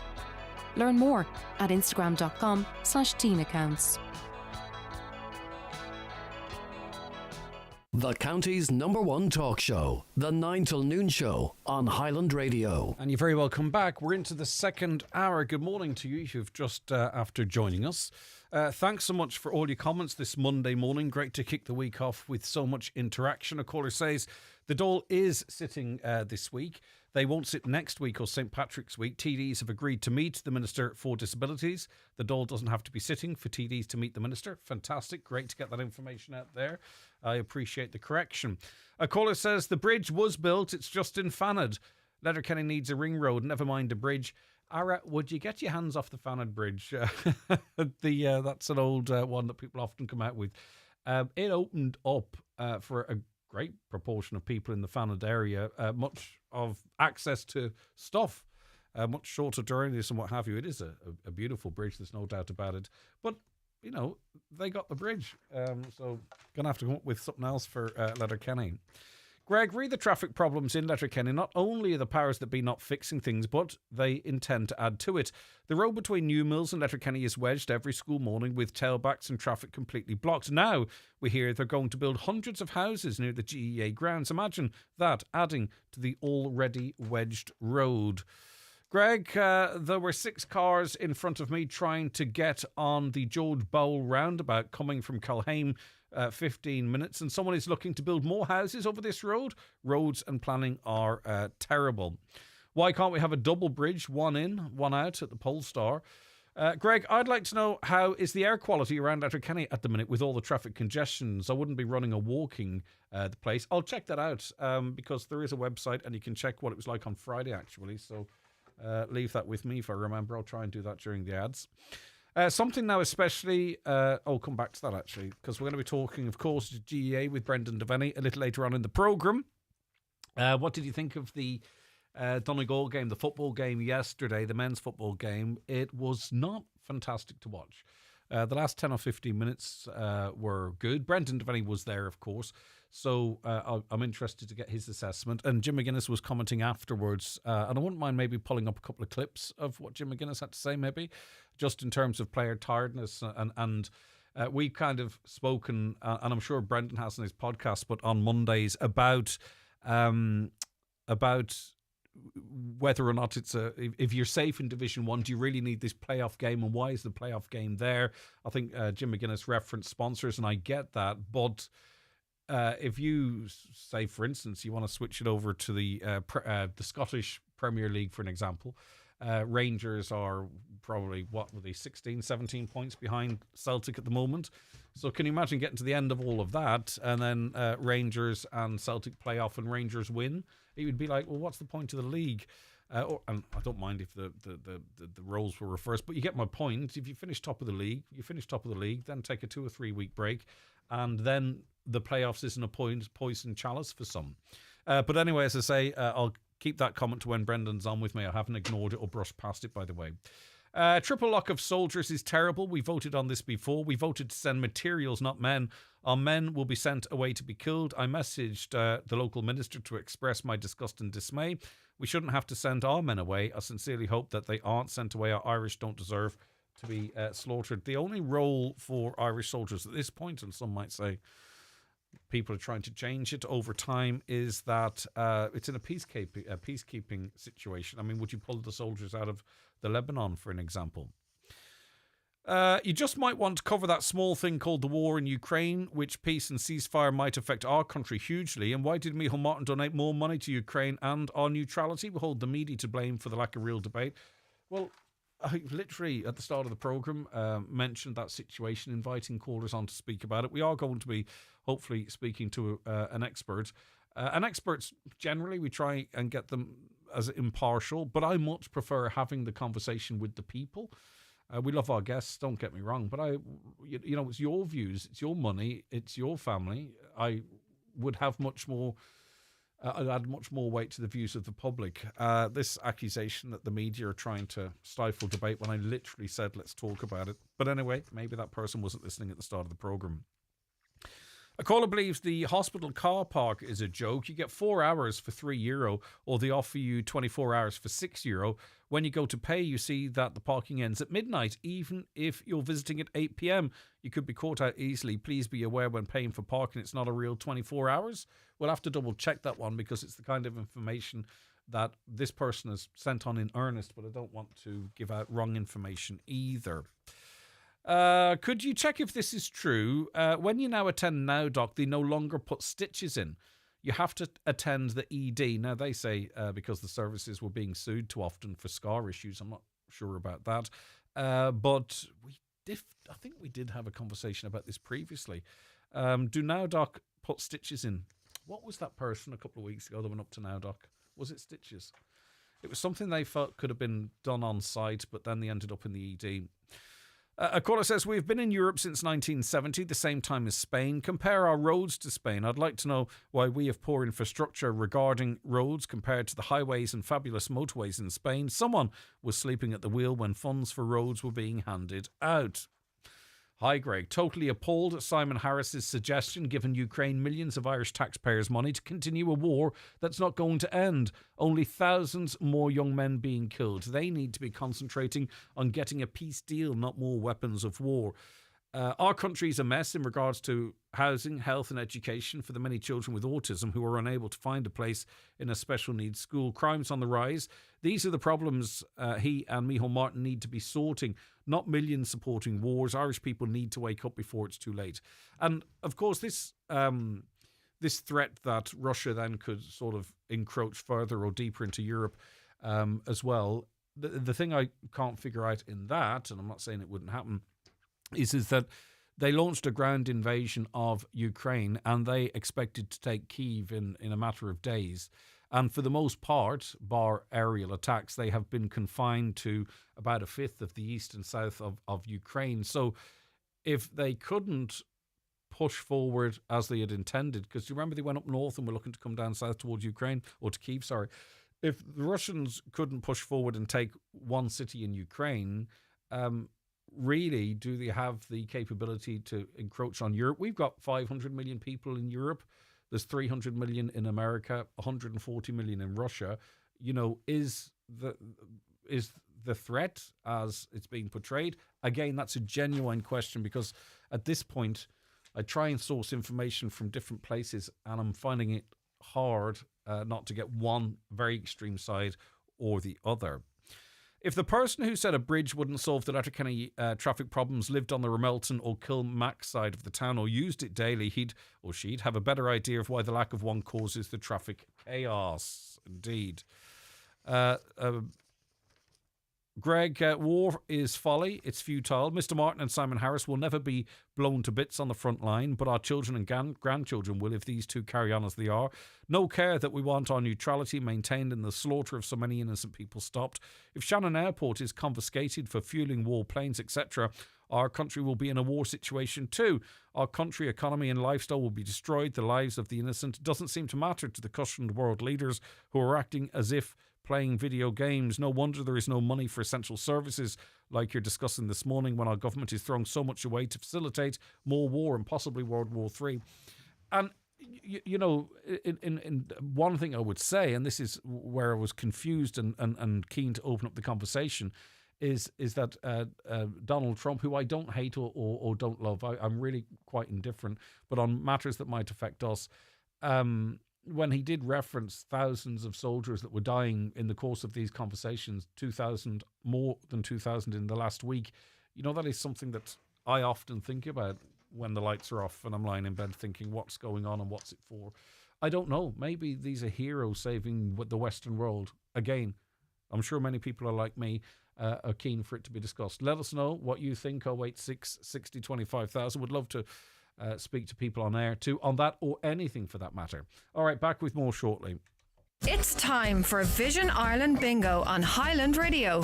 It's Monday the 3rd of March. You're playing on the green sheet for the daily prize of €400. The reference number is S6. It's game number 10. The numbers are 39, 66, 17, 19, 3, 89, 33, 11, 4, and finally 29. Phone your claim to 9104833 before midnight, leaving your name, contact number and the name of the shop where you purchased your book, and we'll call you back the next working day. Get all your Vision Ireland bingo information at highlandradio.com. Donegal ETB's Further Education and Training Fair is on this Tuesday and Wednesday in the Radisson Blu Hotel, Letterkenny. Tuesday evening from 7 to 9 is aimed at Leaving Cert students, their parents and those in employment looking to upskill, with talks on courses and apprenticeships. Wednesday the 5th from 10 a.m. to 2 p.m. is for anyone interested in full and part-time education or training opportunities.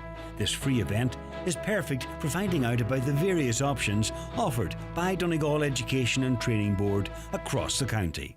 Hello, I'm Johnny Cash. Walk the line with the award-winning Johnny Cash and June Carter tribute show Cash Returns, live at the Strual Arts Centre Omagh on Saturday 8th of March. Limited tickets on sale at the box office. That's Cash Returns at the Strual Arts Centre Omagh on Saturday 8th of March.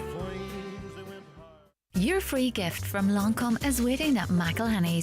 Buy 2 Lancome products, 1 to be skincare for a free 7-piece set of Lancome favourites. Add a 3rd Lancome product to your order for a full-size bonus gift.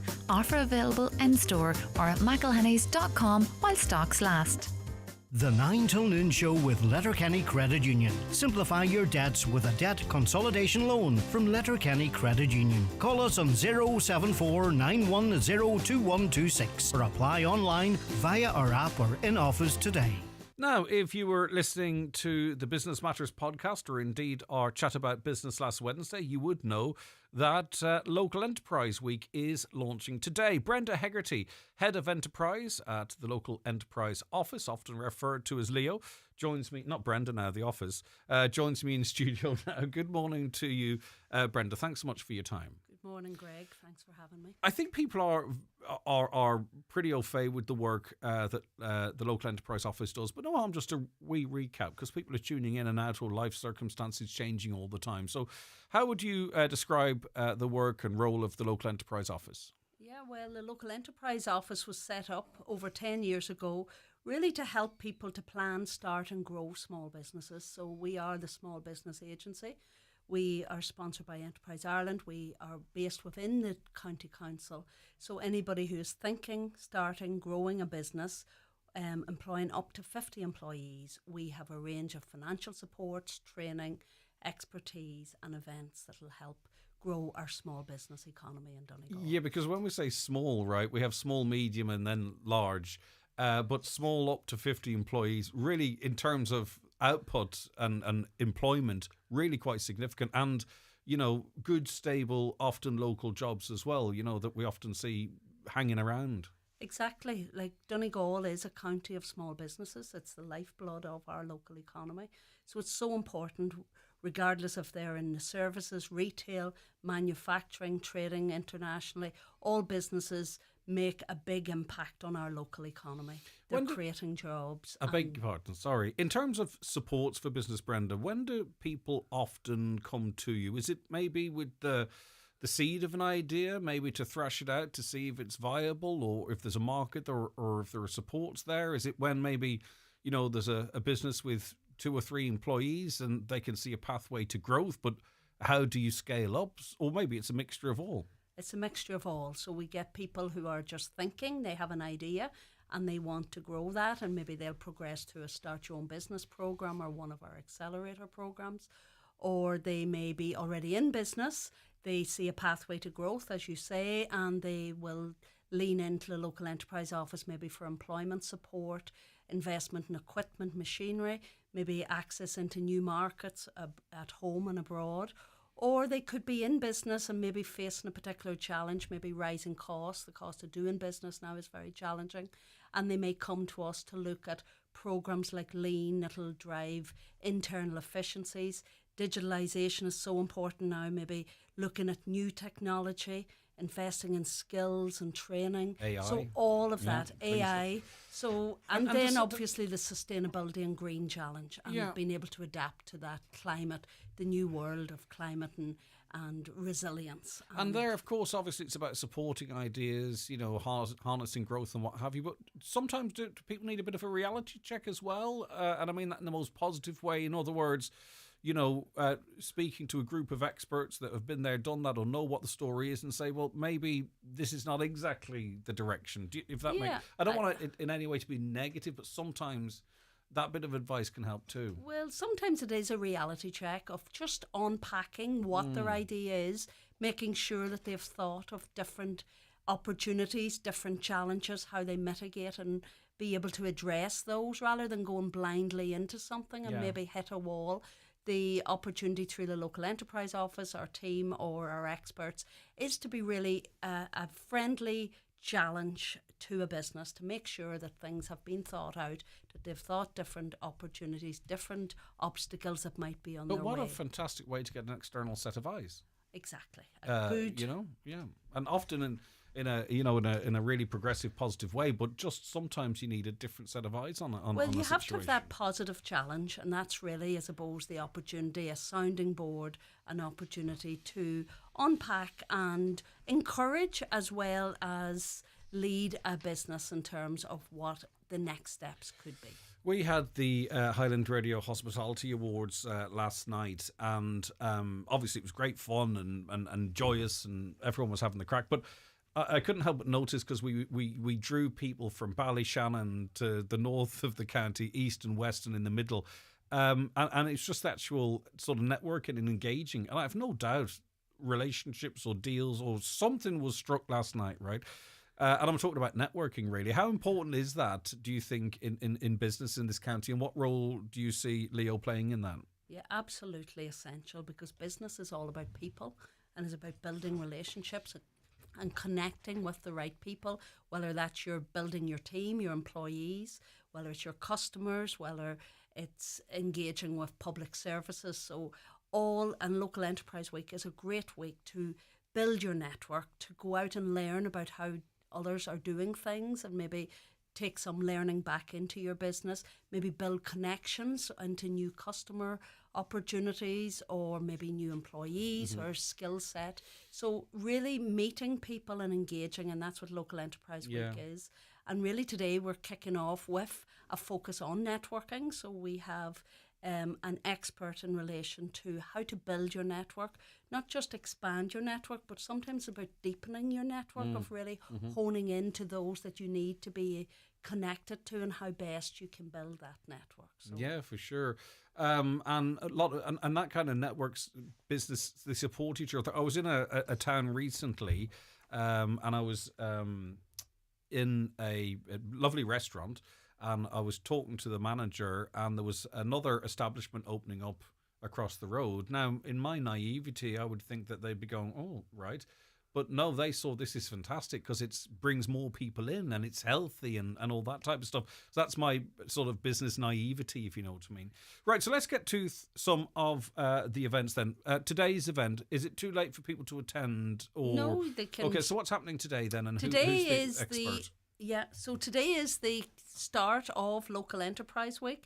So we have a focus on networking and building your business network, which is key foundation to success. So Kingsley Aikens, who would have worked as an expert in networking, worked with the Ireland Funds, is coming to give a keynote address.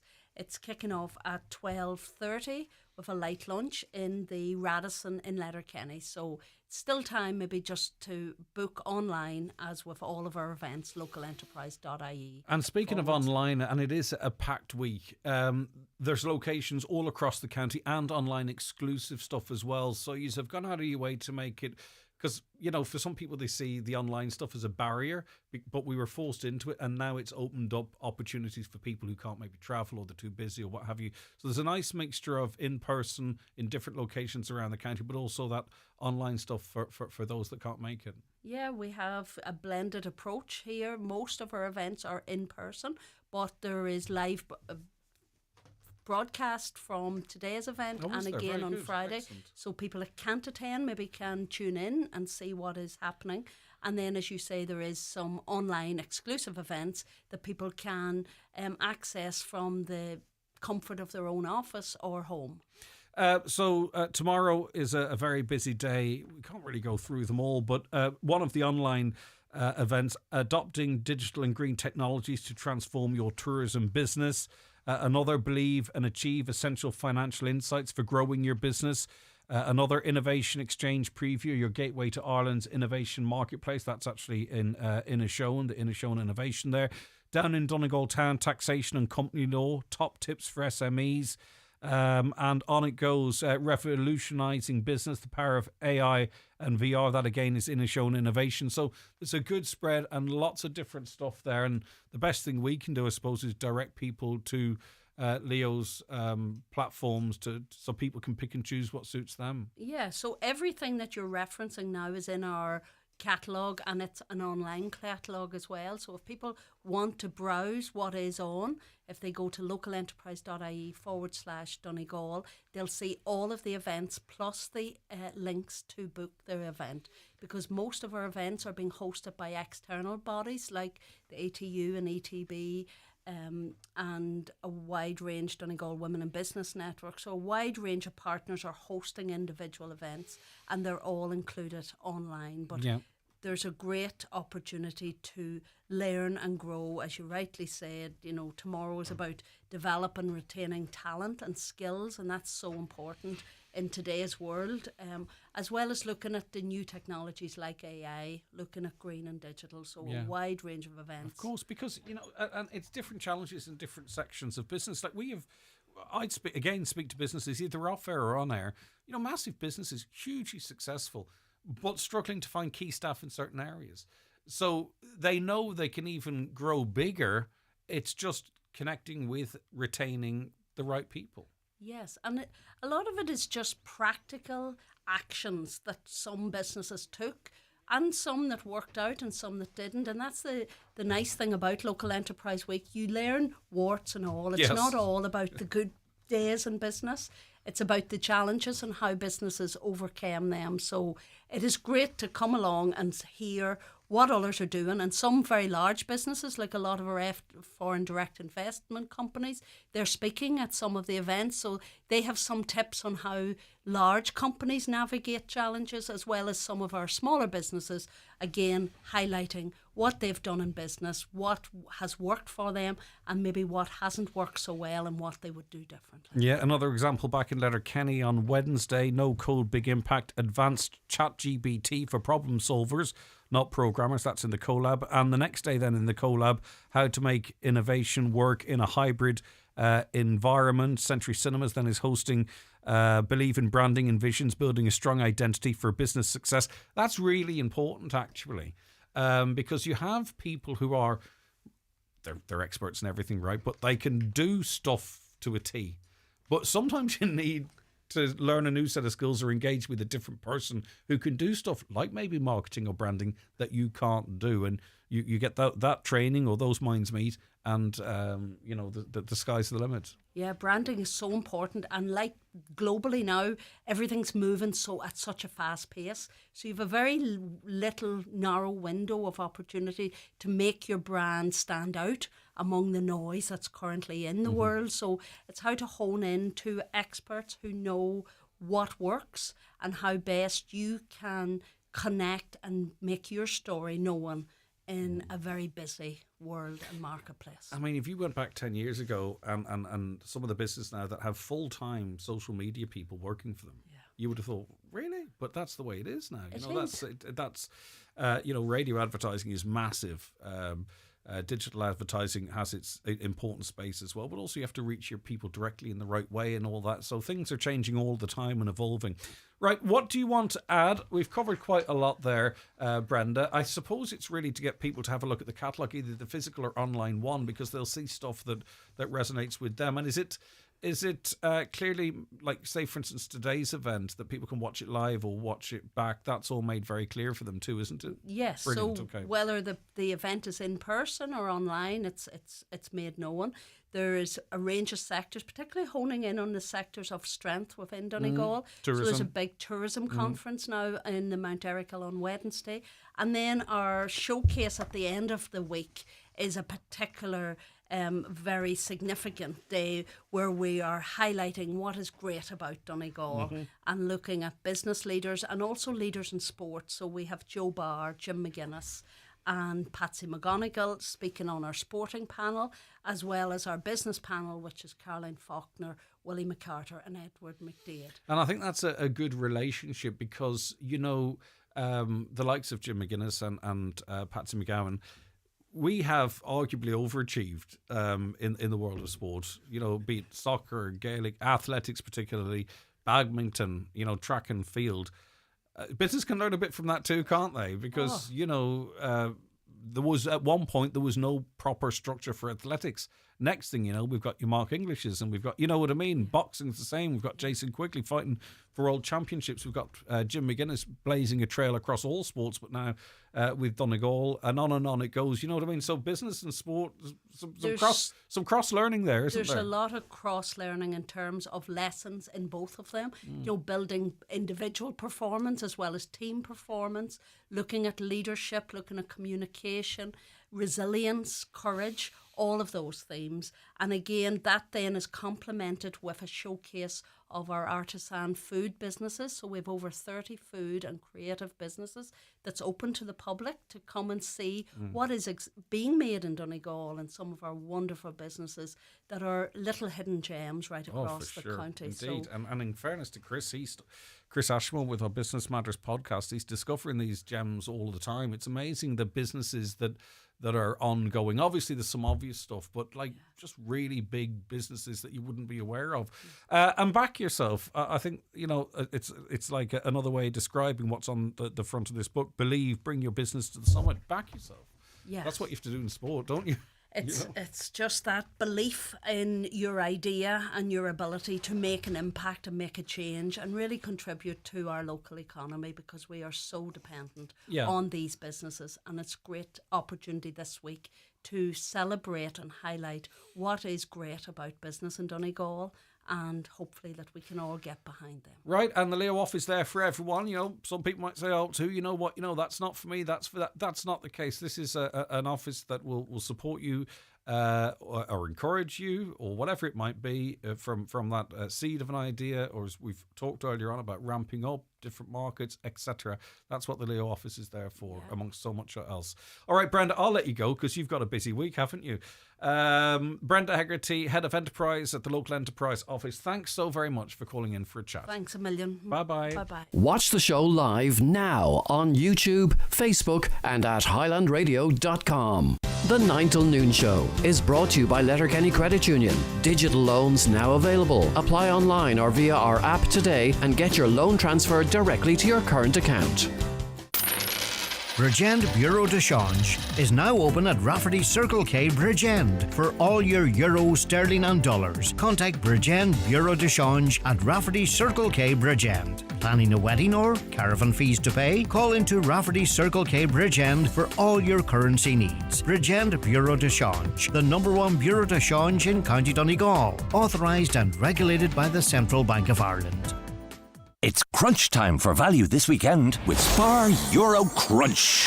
We're crunching prices like Cadbury Yellow Snack Shortcake 6-pack, 120 gram, just €1. Pot noodle range 90 grams, only €1. And Budweiser cans 4x500ml pack, now only €7 plus deposit. Euros go further with Spar Euro Crunch.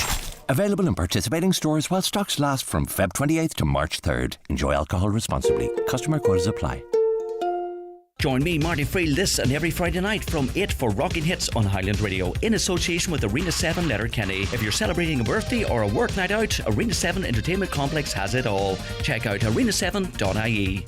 Welcome to Cherrymore Kitchens and Bedrooms in Donegal Town. Discover affordable luxury with their bespoke fitted furniture solutions. With almost 30 years of serving Ireland and the Northwest, we're your trusted experts. Visit us Monday to Friday 9am until 5pm and on Saturdays from 9am until 3:30pm. Book your free consultation today on 074 9725822 or visit cherrymore.ie. Cherrymore Kitchens and Bedrooms, where affordability and luxury combine. Shower, teeth, clothes, coffee, keys, car, drive, work. Shower, teeth, clothes, coffee, keys, car, drive, work. Shower, teeth, clothes, coffee, keys, car, drive, truck! You never know what's coming. Slow down on rural roads. A message from the Road Safety Authority. Visit rsa.ie. Okay, you're very welcome back to the 9 till noon show. I just want to read this out to you, and it reads as follows. We are the family of Joshua, who is presently in Dublin Hospital following Friday night's collision. We just want to say that we, the Montgomery and Scanlon families, are extremely grateful for all of your prayers. Our deepest sympathies go to Sharon and Michael and Rosa and Damien, and we continue to pray for Lorraine and her husband. All of you, the public, have been outstanding. Please continue to pray for all of the families involved, and we are. Thank you, and you're very much in our thoughts, and I know that from just engaging and speaking with people that it's just absolutely devastating, but we will continue to keep you in our prayers. Some other comments that are coming in so far this morning. Greg, as someone who works within the Care Doc system, which now runs Now Doc in Letterkenny, there is an order from the owners of Care Doc because doing stitches is time consuming, and in the hour they spend doing that, they may in fact see 4 other paying patients. It's about money, this caller believes. So someone who claims to work within the care system, I'm sure Caroline's verified that, they say that it's about time. It's not about fear of litigation and what have you. Greg, why would anybody do an NCT test was on the road between Buncrana and Cockhill? It's shocking. What is the council doing about it? That's the state of the road there. Greg, can I ask the question, why is the Dáil not sitting next week? They had 2 weeks off after the Soma. Now apparently they need a week to prepare for their trips abroad for St. Patrick's Day. Our health system and our education system is in a total mess, they say, and the overpaid elected politicians are showing us how much they really care. They're out for a good time at the taxpayers' expense. They would argue, just for balance, Anne, that particularly at this time, they're out there forging new relationships and trying to drive investment into Ireland. Hi, Greg. What's playing out in the world is exactly what happens in a domestic violence relationship. The abuser calls the abused paranoid, exaggerating when they are telling the truth. Their reality is denied. It's really important for the world to see this and begin to recognise that. It's an extremely complex situation. Taking away the triple lock, says another, with, in effect, dissolve our neutrality and send our Irishmen to war. Why can't Micheál Martin and Simon Harris look after the Irish people? They're spending millions to Ukraine, or sending millions to Ukraine for the war, and want to buy fighter jets. Can I just say the thing about the fighter jets? I would say anyone who is involved or has an interest in the Irish Navy, whereby we have boats tied up because there's not the staff to run them, where people are leaving in their droves, would be saying, what? Aeroplanes, fighter jets, we can't even sort of staff and maintain the Irish Navy.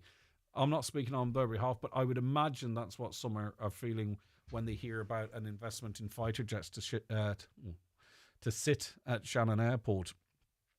But they go on to say, why can't this money be put into our Irish system, like the hospitals and healthcare? Homelessness and the housing situation is at crisis point now too. They're still supporting Ukraine after America pulled out. They couldn't win with them. Helping now in God's name. How now in God's name do they think they're going to make a difference without America? They're pumping money into Ukraine, but they need to look closer to home. I know of 3 small businesses that are closing their doors in the past 2 weeks. I wish the people would wake up and see they're destroying our lovely economy. But conversely, the Ukrainians perhaps were living their lives as we were, and all of a sudden they were invaded. Things can change. I'm not saying we ever would be, Or maybe if you're in Greenland and all of a sudden you think, well, why has America got an interest in taking us over? The United States very actively at the moment suggesting that perhaps Canada's the 51st state. A caller says, I'm disgusted with the government proposing to spend money on jet fighters and give 100 million to Ukraine with the state of our healthcare system. I think the estimates are between 400 and 750 million that we would contribute to this defence force for Ukraine. I think it's based on your GDP, and depending on how you look at it, that's how much we could be in the hole for.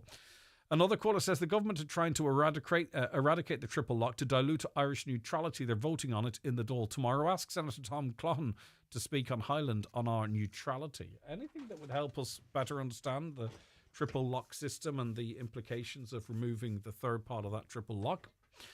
Yesterday, me and my daughter were in Swan Park in Buncrana. We saw 10 or 15 rats running around. A wee boy was playing on a fallen tree and a rat jumped out. There is frog spawn that kids play with there.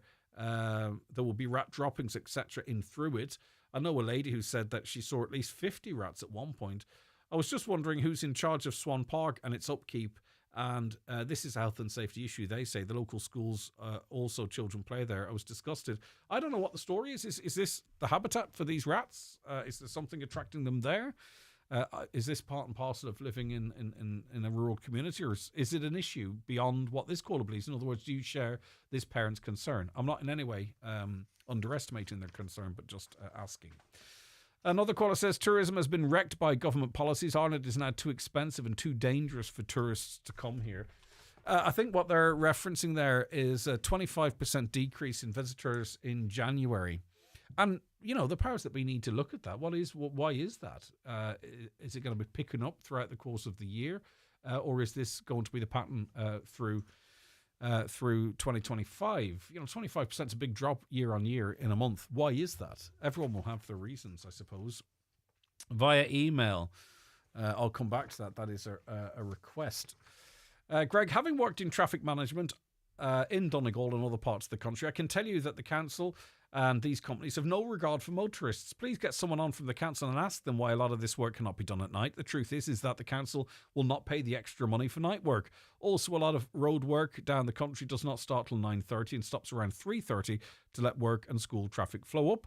Here, they close the roads at 7 a.m. and they can still be closed at 7 p.m. in the evening. They conclude that it is a joke. Hi Greg, did the journalist that asked Zelensky why he's not wearing a suit and shirt and tie in the presence of President Trump ask Elon Musk the same question? No, but he is part of a very conservative couple. His wife, I believe, is a blogger and what have you, so they come at it with a certain angle. So of course not, because Elon Musk is a darling of the right, so to speak. Something now I'll come back to that. Greg, for years, American money, billions of dollars, has been funding a lot of the Irish initiatives, projects and government-led schemes via the EU.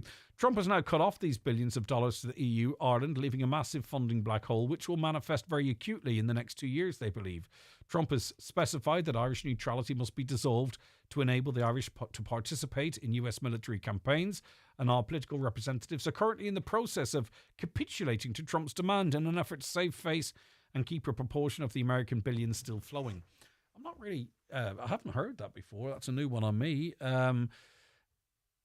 We are also big buyers from America. We buy an awful lot of American stuff, and we support an awful lot of American companies too. I think we're third or fourth or fifth in that regard, which is quite remarkable for a small country. So, you know, it's two-way traffic. I don't know if Trump cutting money to US aid, if that's what you're referencing, is going to directly impact Ireland. I think if the conversation of tariffs comes in, certainly that could be more problematic. I haven't heard any reference to Donald Trump talking of Ireland foregoing its neutrality for what's there left.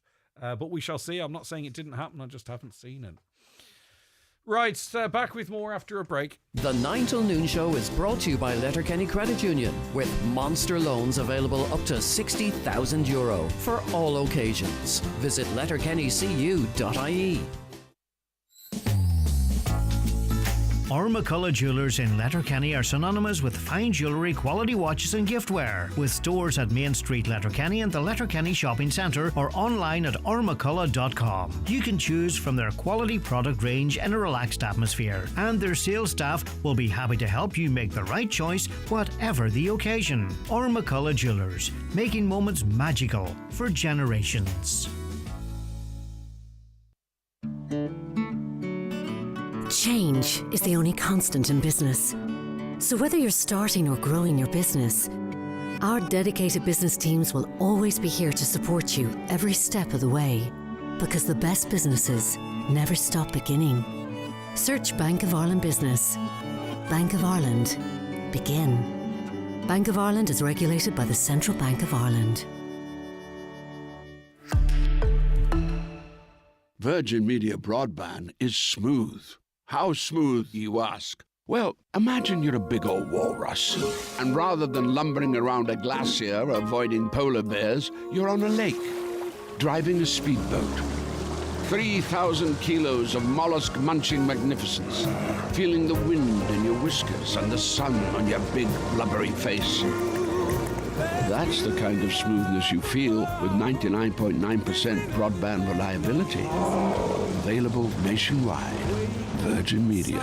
It's playtime. Subject to location and availability. T's and C's apply. For broadband reliability, see virginmedia.ie/proof. Highland Radio weather updates with the McLaughlins. Our new season special occasion wear range is here. Visit us to explore our extensive dress collection in store or shop online at mclahennys.com today. Right, the weather forecast, and this is yesterday's weather forecast. Where's today's? I'll come back to that. It's actually relatively pleasant today. I'm joined on the programme now by Peter Casey. Good morning, Peter. Thank you for your time today. How are you keeping? Good morning, Greg. How are you? Good to have you with us again. And you are chucking your hat back in the ring. You have confirmed your intention to run in this year's presidential election. Why so, Peter?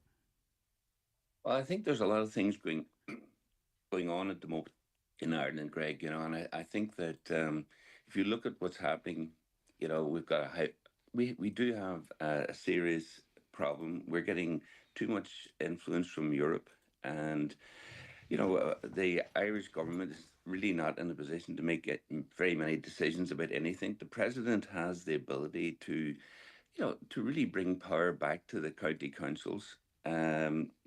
Just to give you an example, if the president if Michael D. Higgins was to show up in Donegal and put his finger in the crack of a mica house, it would bring attention onto the whole mica issue, So the presidency has got a lot of power that has never actually really been used. And I just believe that, we need to change the balance of power. There's far too much power in European Parliament. There's far too much power in Leinster House, and we need to bring power back to local government. How do you do that through the office of the presidency, though? I can understand you show up at county council meetings. You hold conferences in Irish Nuchtrin. You invite all of the county councillors twice a year up to the Irish Nuchtrin, and you give them a microphone. The real power of the presidency is the power of the microphone.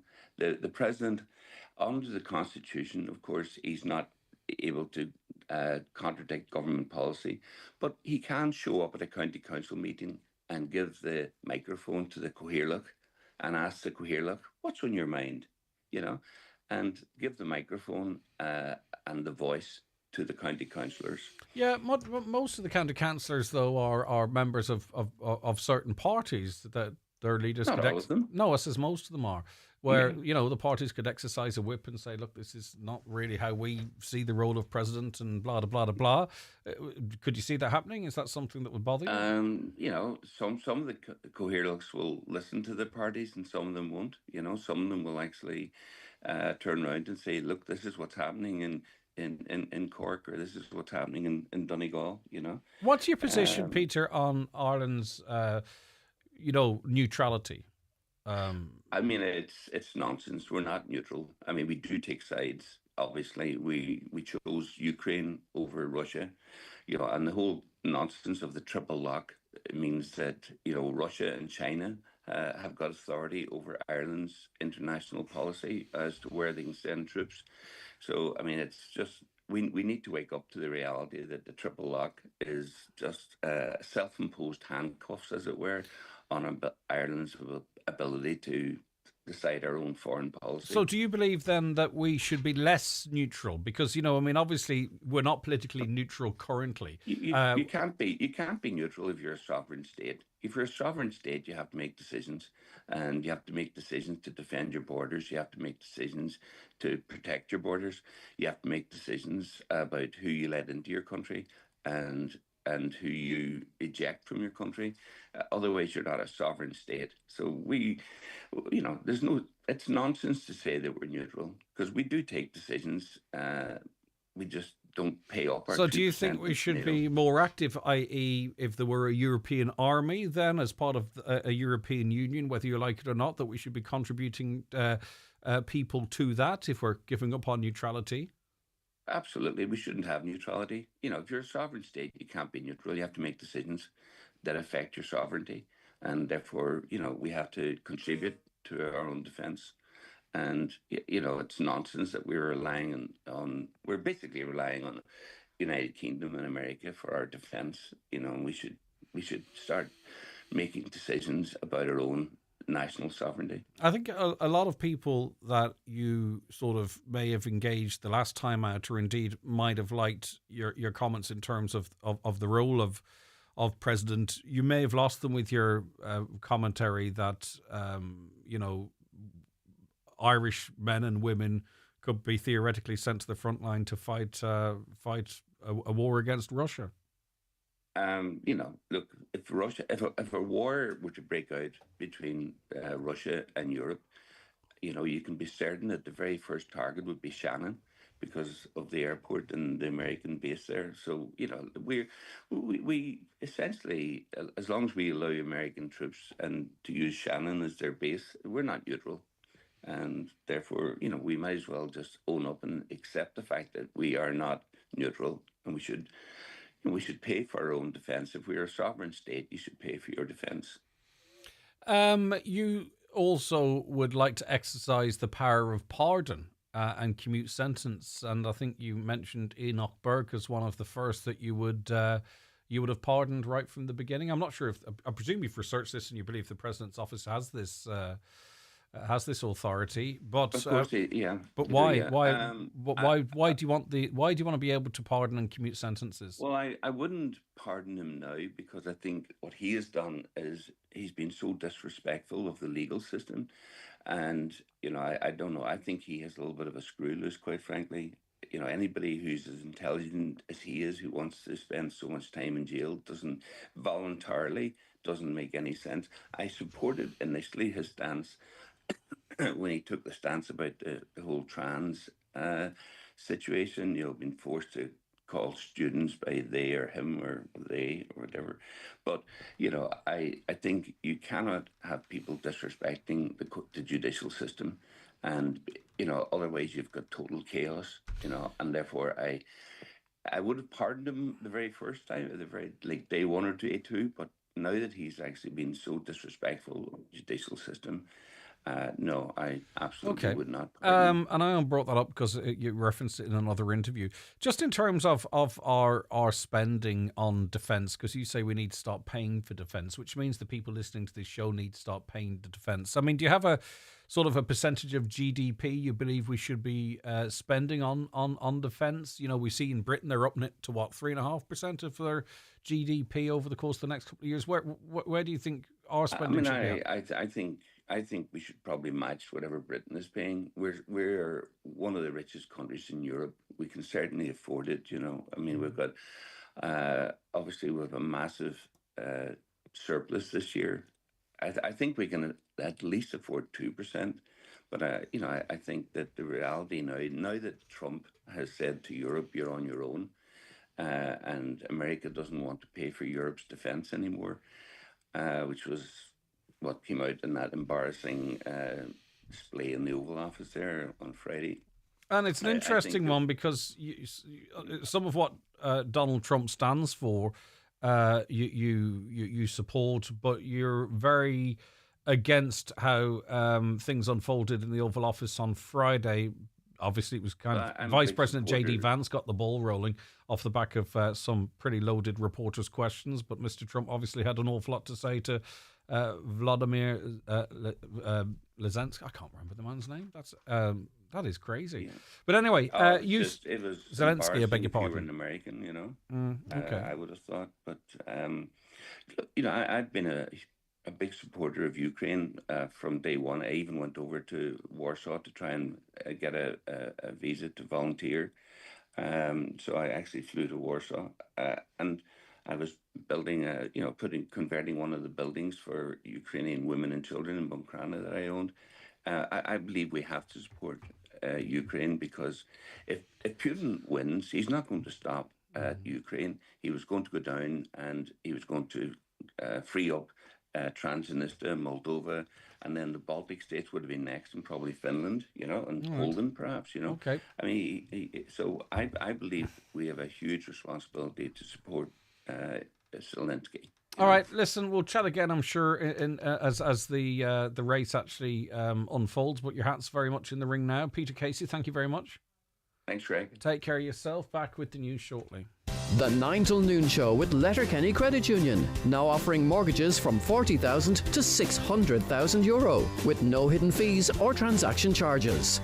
Letterkenny Credit Union, 9102127. Discover the ultimate escape at the Spa at Orchids, the Holyrood Hotel, Bundoran, nominated for Spa Experience of the Year 2024 by the Irish Hotel Awards. Indulge in an oriental bamboo massage, reflexology, or choose from our signature therapies, skin glowing facials and invigorating body treatments. Couples can unwind together in twin treatment rooms or share a peaceful moment in the secret garden with outdoor hot tub. The Spa at Orchids, open daily.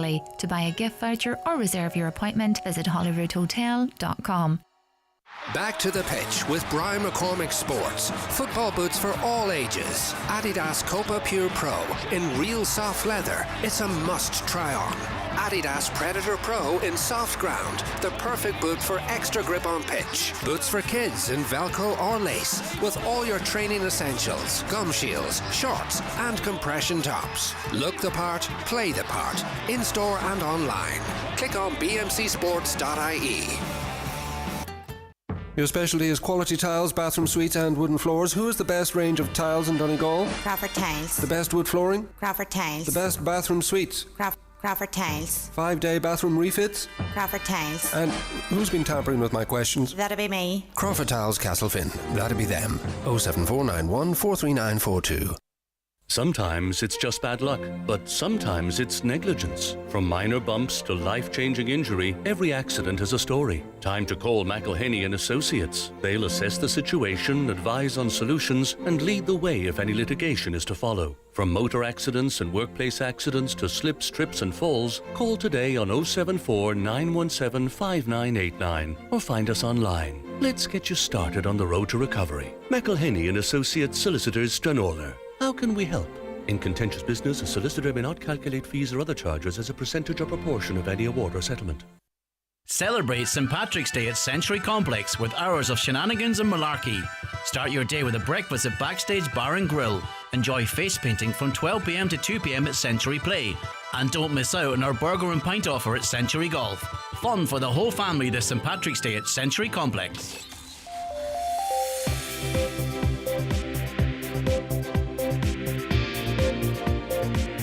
With all the stories that matter across the Northwest, it's Greg Hughes on the 9 to Noon Show on Highland Radio.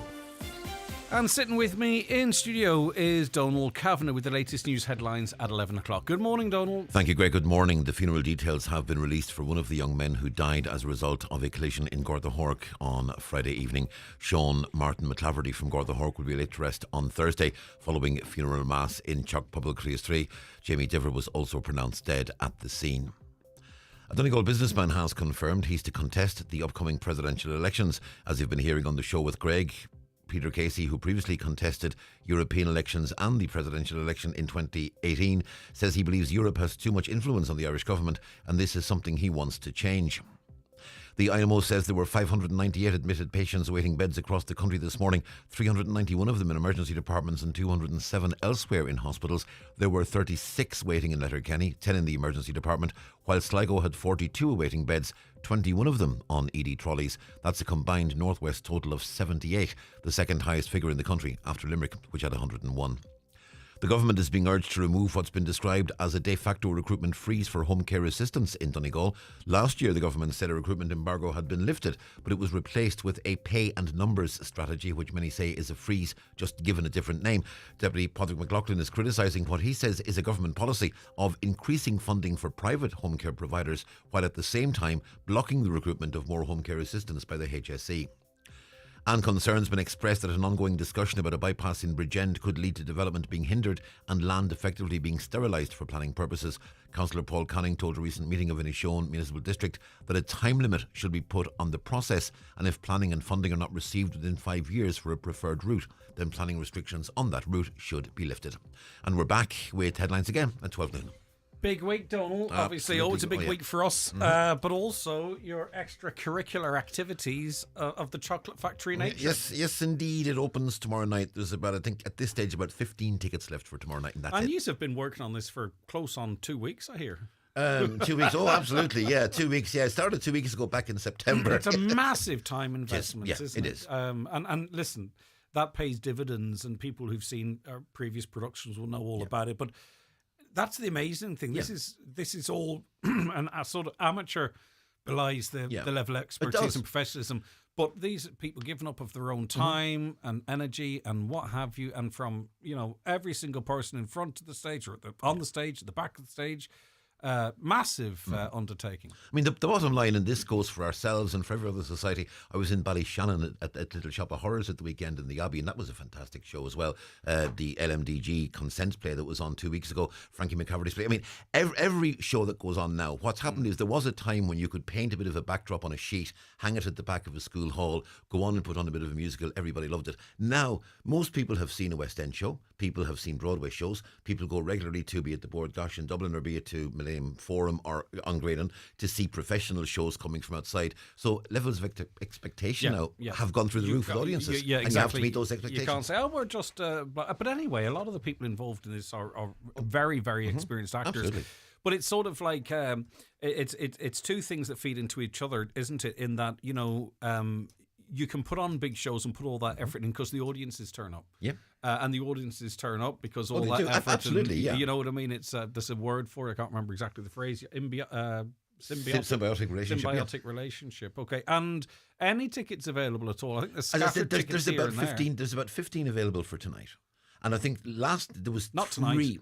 No, tomorrow night, sorry. There's 15 for tomorrow night, give or take. They will be gone, obviously, before it opens. I know there was about 3 tickets scattered around the theatre for Thursday. Saturday, Friday, gone. Wednesday, gone. Thursday will be gone, obviously. And I would say tomorrow should be gone by the close of business today. And I mean, I can only imagine, because I don't have any experience of this, with all the effort that I just referenced, to know that you're playing to packed houses every night. Yeah. It's great, isn't it? Because you want as many eyes as possible on all that effort. Well, listen, I would say to you, break a leg, but you're kind of inclined to. So I've done it once or twice in the past. I know, so I'm going to use something else. I hope it works out, or whatever else applies. Thank all you, right, Greg. Donald, well done to you and all of the crew. Good luck if... not good luck. Well done if you got tickets for that, because they were like hen's teeth. Donald mentioned there where there's limited availability, so still not too late. Right, for most of you it is too late, but you know yourself. Back with more in just a couple of seconds. At this point in morning traffic, Sarah would be blaring the horn like it was going out of fashion. But today, she had deliciously healthy overnight oats from Aldi, sprinkled with fresh blueberries and nuts. So even though she's barely moved 20 feet in 20 minutes, she has achieved a zen-like state of contentment. But that could also be from the chocolate muffin she brought along as well. And we're moving. Good food, good mood from Aldi. It is Monday, which means tonight we have the DL Debate Show, which is obviously a live radio show for you to listen to, but a very popular podcast as well. And its presenter is Brendan Devenney, who joins me now. Brendan, good morning to you. How are you keeping? Yes, what's happening, G-Man? It's good to have you with us. Let's start with yesterday's game. It was a strange one to watch. I'll give you my assessment as an armchair fan that knows nothing.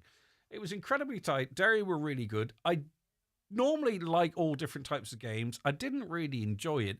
And then sort of in the last quarter, if I could phrase it like that there, Donegal just seemed to be able to walk through Derry. And I couldn't see from a television perspective what had changed, but it became almost like tap-in practice, tap-over practice. But sort of something seemed to change towards the end of the game that had no relevance or reference to the earlier part of it. I don't know if there's anything to that, or if you can make any sense of that, or what did you see, actually in person, Brendan? Yeah, listen, it's a fair point, Greg. I think, we basically took our chances that we hadn't been previous. There's a couple of things. Brendan Rodgers went off injured. He was Michael Murphy, Markin Murphy. Murphy's impact in the game. And as I say, we got, I think, Darryl Boyle's 2-pointer when we were really struggling. I mean, Greg, at that point halfway through the second half, when we were 8 down, I think it was 13-118. Listen, it was Derry's game. It was their game because we were misfiring. I mean, 4 of our starting forwards were all misfiring on the day. And you're just thinking, where's this going to come from now? We had goal opportunities. We had about 6 kind of half goal chances, 3 definite ones before we got the goal. So nothing seemed to be happening right. And then, as I say, between Dara's kick, Shane O'Donnell's brilliant goal, the brilliant 2-pointer from Kieran Thompson laid the foundation for it. And central to all that was the power of Michael Murphy out round the middle. So that's where it changed, Greg. Yeah, and I mean, it's subtle and it's not so subtle. It is just getting up and palming a ball to an opposition player and then the play continuing and a point resulting from that. It's amazing the impact you can have in that, and a great target man. Let's listen to a little bit of what Jim McGuinness, if you don't mind. Let's see what Jim McGuinness had to say after the game. We're delighted with the response in the last quarter. They were very tired today. That was obvious. They were very tired. We weren't ourselves today for, a large part of it. It is our 5th week on the bounce, I suppose. You're playing a good side that know how to use the ball and keep the ball. But there was a lot of times now we didn't lay a hand on them defensively. A lot of times, even for Conor Glass's goal, we couldn't even get back. So I think they've definitely deserved a few days off now. We'll give them a wee bit of a circuit breaker for a couple of days now, physical and mental, and hopefully we can freshen them up and go from there. Obviously it's been a hard road so far, but it's very early in sort of like a compact season. And he spoke a little later on then to Oisín Kelly about maybe the poison chalice of a final. Some teams might want it, others may not. You heard those comments. What did you read into them? What was he saying to us, Brendan? Just as we know, because we're in the Ulster Championship and because we've Derry and we're in the preliminary, it just doesn't suit to have these games together. And like a lot of people complain about the league and there shouldn't be a league final, which in terms of a league being a league, I agree with. But then I was chatting to Michael Boyle, one of our own Donegal lads, is coaching over in London. And London have a potential opportunity of making a Division 4 final, which would be played at Croke Park, which would be probably one of the greatest days in any of those playing guys' careers. So there's that kind of changed my mind on it a bit. Then I guess none of the Division 1 teams, well, not some of them. Obviously, if you're in Munster or Leinster, it wouldn't bother Dublin or Kerry to be in the final. But I don't think the Connacht teams want to be in it, and definitely not the Ulster teams. So it's a bit of a juggling act because you've got Tyrone coming up, in Letterkenny weekend after next. And listen, they're your neighbours. You don't want to, be beaten, but at the same time, you actually don't want to be in a league final. It's a very strange position to be in. You heard Jim saying, listen, we'll play it how we need to play it. But it's a difficult one. Listen, you're definitely going to see a very changed Donegal team in that Tyrone game. They'll be desperate for points. So, but listen, that gives Donegal ultimately an opportunity now, because they've done so well and they've expended so much energy, that they now actually can have a couple of weeks, Greg, as Jim says, circuit breaker. Maybe it's time for a bit of relaxing, and then actually leading into the Mayo game again he can play the team that he wants. So in many ways this is great preparation now with Derry in mind, that Donegal can have a couple of weeks where the pressure's off. So I think in many ways it'll work out, and certainly as I say, we don't, as Jim's saying there, it's not something we need as a league title. But we know how astute he is, and he talked of, you know, the sponsors being incredibly important and needing and wanting a showpiece. So it is a balancing act. So we're talking from a position of, you know, second in the table on points difference. Effectively, we're equal with Galway at the top of the table, and we can sort of have this type of a conversation. But what if you're Derry and Tyrone, and maybe even to a lesser extent Kerry? There's still a couple of games to go, but let's focus on the you know, we can strategize maybe and even take a defeat here or there as we run into the championship. But if you're Derry or Tyrone, you know, losing's a habit as well. You know, you need to have some sort of momentum going into the championship and into the into that part of the season. So that probably a different conversation they might be having in GEA circles in those two counties, or not? I think so. They're very different situations. I think for Derry, you know, you look at it, they should have beaten Galway. They had a last opportunity to snatch, and they were 9 down, but they should have beaten Galway. They shouldn't have beaten Kerry. So they could have been sitting 4 points before Dublin hammered them. So they came in very desperate in that match, and you could see them yesterday. I think when we come at them, Greg, when we hit that 1-7 without reply against Dublin in the middle part of that game, they conceded 1-10 without reply, which is crazy a stat in terms of a team maybe lacking in confidence. Obviously, Paddy Talley was quite late getting into his management role there. He's a good backroom team there, with the likes of McGyver and McGuckin and Flynn and Adam. So he has a good backroom team there, but Derry are just struggling, I think, for a wee bit of identity from the team that was, you know, second favourites to win All Ireland this time last year. For Tyrone, I think big effect obviously was Errol Kieran lads not being there. And again, I suppose Malky O'Rourke looking to put a stamp on it, but they've competed well. Probably without Clifford coming back, they would have beaten Kerry. And they look like, I mean, in discretion, how they coughed up the draw yesterday was crazy. The black card guy coming back on under defence. I mean, these are the things can catch you out, Greg. So Tyrone will probably feel unlucky that they're in this position. But just particularly with Tyrone, I think they've had 2 under-20 All-Irelands this last number of years. Serious amount of talent. Now, Derry have been brilliant at underage as well. So there is talent coming through. Just people in Derry now are wondering, can Paddy Talley mould them back to what they were under Rory Gallagher? And I think for Derry, or for Tyrone, it's a bit of a new dawn. I think no doubt Malky O'Rourke will make a good job of them. Yeah, yesterday, the 20-second kick-out rule didn't seem to really matter. It certainly did, I think, in the Armagh Dublin game. And, you know, I was watching it and it was a bit controversial. There's a few... obviously there was a free for a delayed kick out, but also to the 3-on-3 rule. There was a couple of calls on that, which was pretty decisive, and it looked a little bit confused, right? The messaging. It'd be helpful if we could hear what the ref was saying, I suppose. But it would make you wonder, in the cut and thrust deep into the championship, when some of these calls are being made and so much sort of rests on it, that we could be yet to see the real controversy of the enforcement of some of these new rules. Or maybe we've got time to get it right, Brendan. Listen, that's a big thing, Greg, and the FRC now need to look and need to act and be smart about what they're doing here, because there's certain rules in there silly and there's no need for them, and then there's certain rules just need tweaked a bit. Now, they met last week in person, they're meeting today via Zoom. So we're just hoping, Greg, that rules like this, I mean, at the end of the day, I don't know why we need the game quickened up from kickouts. But the clock stopped anyway, isn't it? Exactly. You stop the clock. And if you want, once the keeper has the ball in his hand, you could say, right, I'll give you 15 seconds to kick it out then. Because, I mean, what's he going to do anyway? And sometimes, Greg, there's a brilliant score or a goal. Next thing the keeper has the ball and it's kicked out, and you've hardly had time to even enjoy the score. So I don't know why we're trying to quicken up keepers as well. It's as if we're trying to create complete chaos out in the pitch. And I don't think there's any need for that. So I think, listen, this has been a tsunami in terms of change to our game. We got to weigh it all up now in the middle of all these matches. And you can see a lot of the managers are giving off. I mean, Jim yesterday, you know, was saying the schedule diminishes what the league is because it's just too full on. And so Kieran McGinney, every press conference is giving off about something. So a lot of managers are trying to get their head around everything. And again, we got to make time for the refs as well in all this here. So I think we need to streamline it and make it as straightforward as possible, Greg. But some of the rules have been great at quickening things up. But still, as you said, Greg, it was a funny game yesterday. And I think in the first half, because Derry knew Donegal were kicking into a bit of breeze, they sat very deep.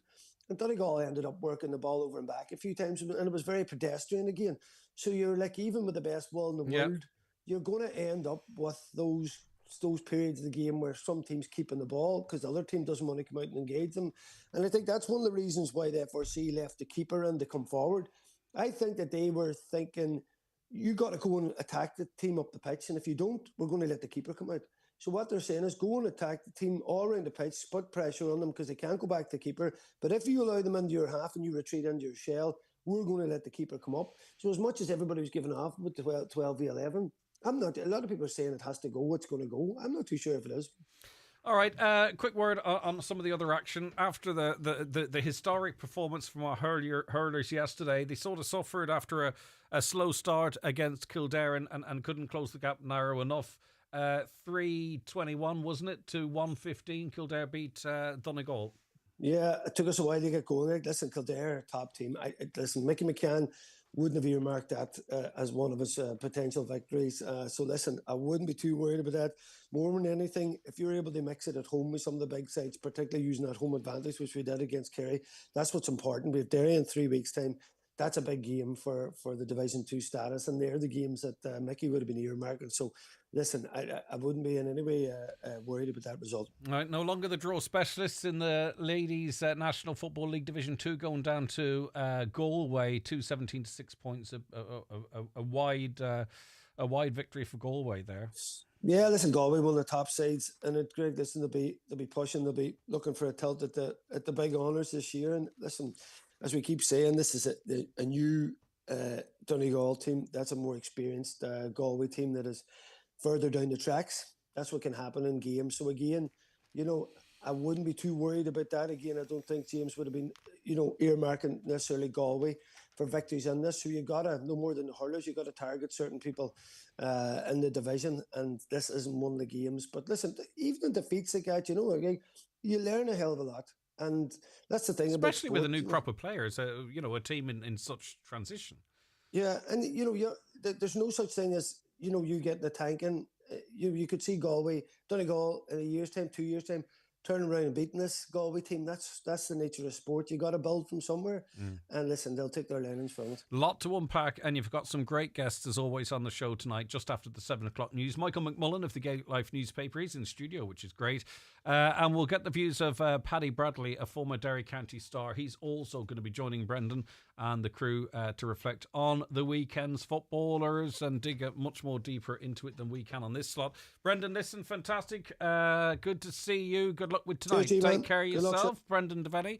He is, as I say, live just after 7:00, and then it's available shortly thereafter for you to listen as a podcast. And that's a show you can also watch, by the way, as well.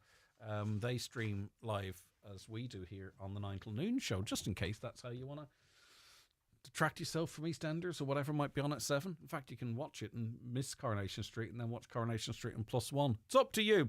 A lot of you reacting to Peter Casey's contribution, and not terribly favourably, I don't think. We're going to read some of those comments shortly, but if you do have a comment in relation to that, not too late to get your phone out and give us a call or text or WhatsApp in. The county's #1 talk show, The 9 till Noon Show on Highland Radio. The 9 till Noon Show is brought to you by Letterkenny Credit Union, offering low-rate car loans with fast approval. Apply online at letterkennycu.ie or in office today. Hi folks, Paul McDevitt here, inviting you to join myself and Jimmy Stafford this Monday night for another edition of the Monday Night Sessions. On the show this week, we welcome Letterkenny singer-songwriter Jimmy Coonan. Rathmullen singer Carol Wilson will also be joining us for a few tunes and a chat. And Dublin singer George Murphy returns to the Ballard Arts Centre on the 8th of March, and he'll be joining us to tell us all you need to know about this gig. Asland are just about to launch a brand new single called Hear Your Call, and we'll be catching up with Billy McGuinness from the band. So that's the Monday Night Sessions this Monday night between 8 p.m. and 10 p.m. as always, right here on Highland Radio. If you're into makeup, then you'll want to know that Longcombe's elite makeup artist Lorraine Lynch will hold a makeup and skincare masterclass at McGee's Chemist Letterkenny on Thursday 13th of March at 7 p.m. With refreshments, giveaways and prizes, it promises to be a really enjoyable experience. Tickets at just €25 are redeemable against any Longcombe purchase on the night. Places are limited, so booking is essential. Call McGee's Chemist on 9121409 or call in store to guarantee your VIP place. Make more with fish at Dunnes Stores, with everything you need for a seafood dinner. Visit our fishmonger and pick up a fresh side of salmon for just €15.99. Or mix and match 3 for €10 on your choice of 14 delicious seafood options, like hake fillets and succulent king prawns. Plus, save at the till with a 5 off 25 grocery voucher. Dunnes Stores, always better value. Terms and conditions apply. Voucher can be used on next in-store grocery shop of €25 or more. Travelling to Dublin for business? Donegal Airport's same-day return makes it easy. Fly out at 7:55 a.m. and return at 6:50 p.m. Great fares and low-cost parking. Save time and book now at aerlingus.com. Terms and conditions apply.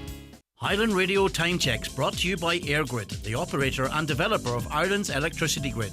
EirGrid, powering up communities, powering up Ireland. The time is... The time now is 22 minutes past 11. All this week, in association with the Donegal Sports Partnership, we are looking at the role of women in sport. And this morning, we have, into her second term as Donegal GEA PRO, Sinead Breen. Sinead, thanks so much for calling in. How are you keeping? I'm great, Craig. How are you? Good. And yours is an incredibly busy job. It is, It's massive, like. It is, but I wouldn't change a thing now. In Yeah. fairness, I suppose it's as broad as you want it to be, and it's as busy as you want to make it. I'm very much of the if you're going to do it right. Do it right, mindset. okay. And you had a year done. You didn't think twice about seeking a second term. Absolutely not. No, I have every intention of doing as much as I can do as PRO. Definitely didn't think twice. I just was very mindful that I wanted to ramp it up another gear, I suppose, this year. Mm-hmm. And what are your what are you pleased with in terms of achievements so far in the role, and where else do you think you can take the role of PRO? I mean, for me, it's bringing the action to the people in a different way as well, and obviously you have to deal with the general PR, but a lot of people would assume, say you were a PR of a company, it's about representing that company, but there feels more to your job because it's about connecting people with the team and the results and all that type of stuff. I suppose to answer the first part of that, what means the most to me is that the ordinary person on the street or in their house gets access to the detail irrespective of which platform they use. It's there. And as much as I love the inter-county stuff, and don't get me wrong, it's great and it's very interesting and it's a great time to be involved in that. I love the club stuff the most, really, because that is working with the ordinary people of the grassroots. The grassroots, Yeah. absolutely. And I'm proud of my achievements so far, yes. And it's great when people say to me, we're in London or we're in New York and we can get access to our club results now, and where we couldn't in the past. And to pull that together is quite a piece of work because there's games all over the place at different times, and you really need someone you can trust that can feed into Absolutely. that. There's a lot of networking that has to be done to make that so. Yeah, I suppose that's something I've really been conscious of in my second year now, is that much as I would love to be able to do absolutely everything, I'm only one person and I need help from people. I have a great wee team around me, and they're no drama. They're just brilliant. They just work, and we're all working for the one thing, which is the best for Donegal GA and the best for the grassroots. How easy is it for you to manage your time? Because given the nature of your role, you really could be at it 24 hours a day, 7 days a week if you wanted to. And certainly at the weekends, you could be, if you didn't sleep, you'd have something to do, right? So Absolutely. Is it easy for you to sort of manage your time and I suppose balance everything else that's the day-to-day stuff? That's the one thing I probably need to be better at, is switching off. But I love it. I absolutely. Well, you see, that's when people that's why people tell me to switch off. But it's something I can imagine myself doing for free, if that makes sense. Absolutely. It's just something. I can't switch off from something I care so much about. Yeah, and I literally do it for free. I don't take expenses, and it costs me a fortune to be PRO. Don't get me wrong, but as I say, I wouldn't change a thing. And I've often said it. I'm living my best life. I just love it, and I bounce out of bed in the mornings to do what I have to do, be it go to a game or work on something very quietly in the background. Yeah, but you didn't fall out of the sky and become PRO. I know it's something that you had your eye on. You thought, right, the stuff I can do here. But you've been involved in the sport in different roles for how long? All your adult life? All my life. Yeah.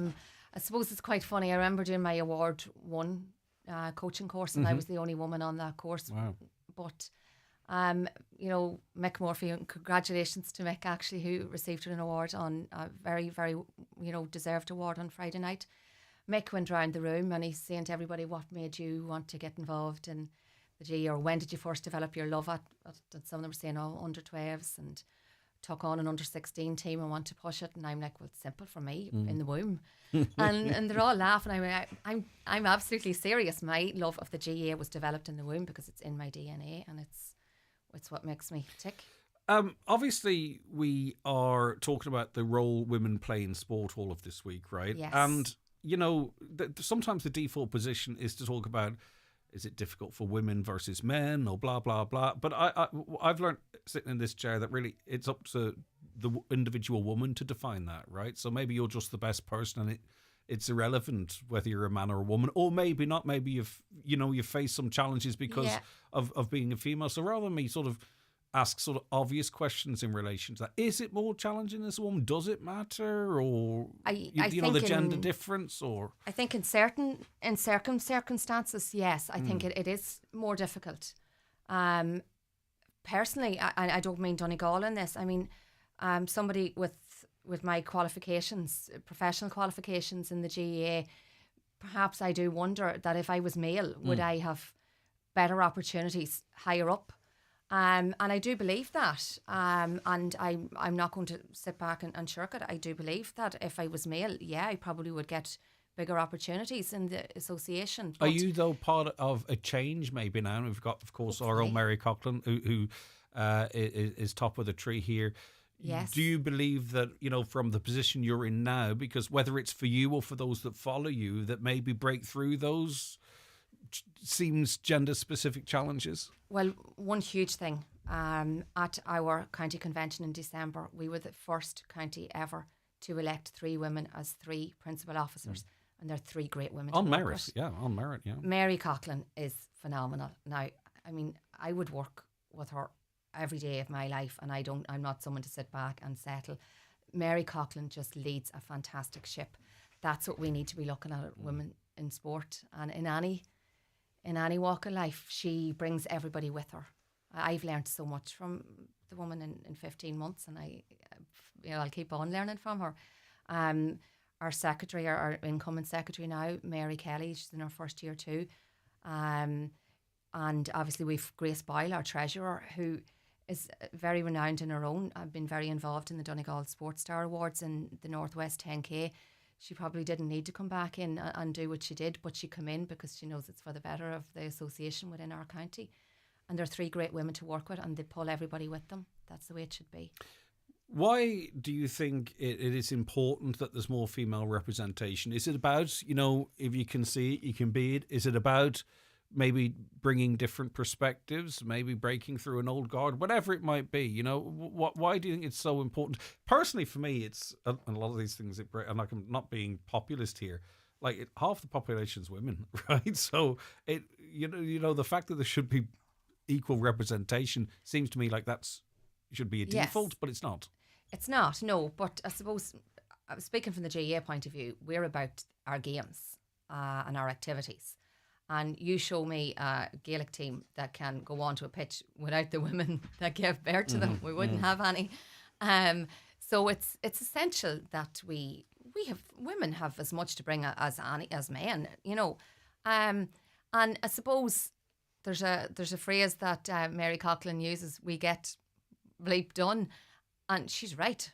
We do, and the women that have come into the county, 4 of us elected last year on the one night, 4 new, along with the one sitting person, Katrina. We've got a lot done. We've a lot more to do, but we've got a lot done. So we have so much to bring, and I don't think it should. I think it's to some people it matters, and I do believe that sometimes there are women in the association that would try to pull you down. And that's really uncool, to be perfectly honest. But that says more about them than it does about anyone else. Yeah. Have you faced much of that within the association? A very little bit. But I mean, they actually inspire me, to be perfectly honest. They just make me want to work just a wee bit harder again. A little bit of it, where people they're possibly afraid of change. But feel threatened in some form. It's hard to know what's in the psyche of maybe they're right to be threatened, because I'm full on when it comes to it. I want to get stuff done. So, you know, whatever. What about when you're? It depends on whether you're on social media. Not like if you're actively reading responses and DMs, I'm sure you get a ton of crap. We all do, right? But I think particularly women do. And then if you don't read that, you won't get that in real life because people don't have the guts, let me put it like that, to say anything to someone's face or to distract you to you. What has the online experience been? Because in politicians, when women are elevated to senior roles, they seem to be particular targets of a certain cohort of mostly, you know, men, but often anonymous and faceless. Has that been an issue for you? It really hasn't. Great. Thank God. I could count on one hand the number of times that you get somebody, and it's about something that they think that I can control. I'm a big believer in I can only control the controllables, and that's it. But very, very, very, very little, because people see that I'm doing it with 100% best intentions. So far in a year and a bit, two questions. What's been the greatest challenge? Time management, actually, maybe. I don't know. Time management, I'd say, probably is, because I want to do everything as quickly as I can do it. So I've had to learn that, you know, you have to just set a plan in place. So I had a 12-month plan for last year. I'm delighted to say I achieved it and then some, and I was able to move on to other things. I'm the same this year. But I would say that in the role of PRO, that there is no break. I don't take days off, or, you know, I haven't had one full day ever since I've been elected where I haven't done at least a good few hours work. I'm very happy to do that. I love it. But I suppose that's the biggest challenge. It's that it is relentless. We're coming off the back of 5 weeks of 5 for our footballers too, and I'd be lying if I said I wasn't tired. Tight, yeah, exactly. And I suppose in the first year, is it what stands out for you in the first year? I was very lucky in year one. I mean, I was coming a lot in, of cups and stuff. Yeah, we won the Nicky Rackard and from a hurling club. That was just incredible.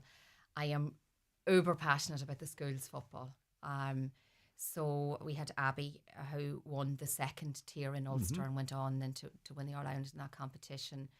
Tomorrow I'll very happily get up and drop the kids off to school, head to Garvaghey for another schools game. It's a playoff. Very best of luck to Scolwara Buncrana. And I suppose, listen, I love every element of it, so I don't see it as a chore, or you would have to love it though. Yeah, well, they say if you, and I know as you say it's voluntary, but if you enjoy your work, you don't work a day in your life, don't they say? What would you like to see change in the game? And it doesn't have to be what's under your control, if you know what I mean, right? So you know the stuff you can achieve and have achieved as PRO, but is there something else there that you would like to see behind the scenes necessarily? Or not necessarily, sorry, generally behind the scenes that needs to change? I don't know. There's nothing actually drastic. We've a phenomenal director on, Jareth Burns, and I suppose, like myself, we're both originating in the one part of the country in the northeast, and both pretty feisty when need be. And I think he's turned a lot on his head. You see, it's progressive. You see, it's a progressive association now. Yeah, we hosted Congress the weekend before last. Right, that was a dream come true for our county, and it wasn't just about selling the GA in the county. It's about selling our county and what we have in it, and what Liam Clancy and his team in the Abbey and Central put on was phenomenal. So I suppose there's that element of it. I want to push everything that I can in Donegal, not just the GA, you know. And would you like to be in maybe Mary Coughlin's seat at some point? At some stage, yeah. We're not trying to oust her, don't get me wrong. No, absolutely not. I'd actually like to be in Jarlath's seat at some stage. Right, yeah, why not? Yeah, okay. yeah. But that's been a lifelong plan. That's not just something I've rocked up and decided, I kind of like the look of that. I would have been hoping for that when I was in primary school, but it's like everything else. You have to bide your time, do your shift. All right, stay there. The Donegal Sports Partnership, they've an order of events to mark Women in Sport Week, which we're just starting at the moment. On Wednesday, the 5th of March, there's the WIS ATU Taster Session activities, climbing wall, pickleball and relays. That's at the ATU at the Donegal Letterkenny campus. It starts at 3 in the afternoon. On Friday, Women in Sport Week, a sunrise dip. That's at Rathmullen Pier. Kick-off 7 a.m. On Saturday, the 8th of March, as part of Women in Sports Week, yoga and dip. Culdaff Beach, 7:30 a.m. There's another open water dip at Thruppeny Pool in Bundoran. That's at 7:45. Come try fishing. I like this one. You can go to Mongorry Trout Fishery Deal Community Anglers. That's at 12 noon. And on Sunday, horse riding. You can have a taste of that at the Drumdoit Stables. Sessions 11, 12, 13, 12, 13 and 14. 11, 12, 1 p.m, 2 p.m. And you can check out Donegal Sports Partnership for a full list of events. So you're away again tomorrow, you say? So it never stops. Do you think that people have a perception that maybe it's just when the Donegal men are out playing that you do anything? Or no, they're definitely not. or as the penny dropped that you're literally there's no getting rid of me. I'm like a boomerang. People think there might be 3 or 4 of you. No, I suppose people know. I feel very, very passionately about supporting our schools. There are club players. Yeah. And I was in Garvaghey last week. Congratulations to them, gorgeous. That does the heart good. It's great. Those kids have been through a tough time, and I was absolutely thrilled for them and their management. Brilliant. And this is what it's all about. And the Donegal PRO role is a 1-year term, is it? It is, yes. It'd be nice if that was 3 years or something for planning. You know how a manager comes in and they can sort of set out a 3-year plan? Yeah, give you more scope maybe to... I know people say that about certain roles, that it should be, if it's 3 years, it should be 5 years. Yeah, I suppose, but that's all well and good if it's the right person in the role. That's right. 3 or 5 years is a long time if it isn't. And you've exactly every year is an opportunity for people to say, right, Sinead is the person for the job the following year. This is or it. the next job. I have a mandate and I'm coming in with that, and it's the way to have it. Okay, now some of those events that I mentioned, by the way, you can book. You go to Eventbrite. Just search Donegal Sports Partnership. It's been lovely having you in, Sinead. It's been great sort of watching you acquire the role and grow the role the way you have. And it's kind of exciting to see where it goes from here as well. Thanks, so Greg. It's always nice when someone works really hard that you can see the fruit of that. And I think people involved in the sport here, right from the schools level to the club level and up to the inter-county level, will see that. So Sinead, thanks very much indeed. Thank you, Greg. We really do appreciate your time, and we'll have another guest as part of Women in Sports Week 2025 tomorrow. But for now, Sinead Breen, Donegal GEA PRO, thanks so much. The 9 till noon show with Letterkenny Credit Union. Simplify your debts with a debt consolidation loan from Letterkenny Credit Union. Call us on 074 910 2126 or apply online via our app or in office today. Thinking of changing your floors? Why not see what Florid Letterkenny has to offer? Florid have a large selection of solid, semi-solid and laminate click vinyl wood flooring, together with a fantastic choice of parquet, herringbone flooring, all at incredible value. Don't delay. Call Florid today on 087 161 7008. Luxury is not merely seen or heard or even touched. True luxury is experienced. It lies in the minute details that elevate the ordinary into the extraordinary. It's quiet spoken, but leaves a lasting impression. You know it when you feel it. Luxury begins with L. Lexus. Experience amazing. Discover the all-electrified range at Lexus Letterkenny. They say time equals money, so spend your money where you spend your time. No matter what your preference is, Cooney's Home Interiors has something to suit every taste and budget. With our extensive range of home furnishing to fit every room and style, from mattresses and beds to rugs, mirrors and suites of furniture. Visit us in store today and see for yourself what Cooney's have to offer, and let us help you make your dream home a reality. Cooney's Home Interiors, Letterkenny Retail Park. Huge range, great prices. Are you looking for a powerful, high-performance laptop? Think green and save big with Ben Sweeney Euronics. Discover refurbished Lenovo ThinkPads that look and feel like new with Windows 11 pre-installed and a rock-solid 3-year warranty for total peace of mind. Why pay full price when you can save up to 70% and do your part for the planet by choosing sustainable tech? Find yours today at Ben Sweeney Euronics, Port Road, Letterkenny, and the shopping centre Dunlow. The 9 till noon show is brought to you by Letterkenny Credit Union. Digital loans now available. Apply online or via our app today and get your loan transferred directly to your current account. I can't stop myself, Doctor. I'm just a weak man. But it feels so good. It's so easy and quick. Ever since I discovered Chadwick's online, it's been a game changer. Chadwick's do everything. I started ordering a few tools to fix a few jobs around the house, but that wasn't enough. I ordered more from Chadwick's. The jobs got bigger, the tools got stronger. My kitchen's like a workshop and I'm halfway through and not the conversion. I need help, Doctor. Because it's a two-man job. Will you give us a hand? Shop online now at chadwicks.ie. Click, search, done. TG Cahir's highest rating country music series, Opry Le Daniel, is back at Derry's Millennium Forum for 3 nights only. Daniel O'Donnell will host and record with 17 special guests from Monday 24th to Wednesday 26th of March, with 2 concerts each night.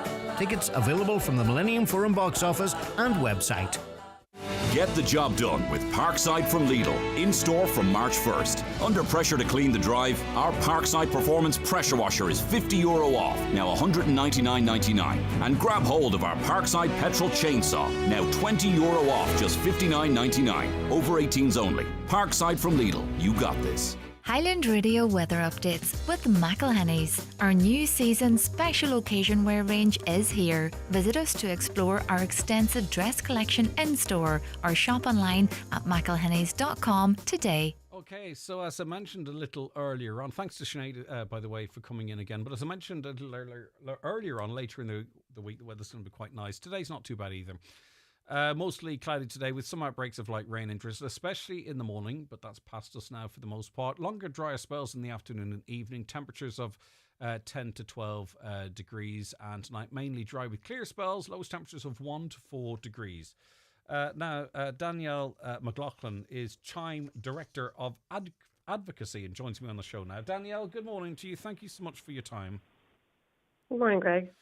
Right now, today is World Hearing Day, and unfortunately, statistics show that more and more people are waiting, and most of them are children, or many of them are children. More and more people are waiting for treatment, audiology treatment. So, a good opportunity to use today to talk about this, because that's affecting a lot of people, Danielle.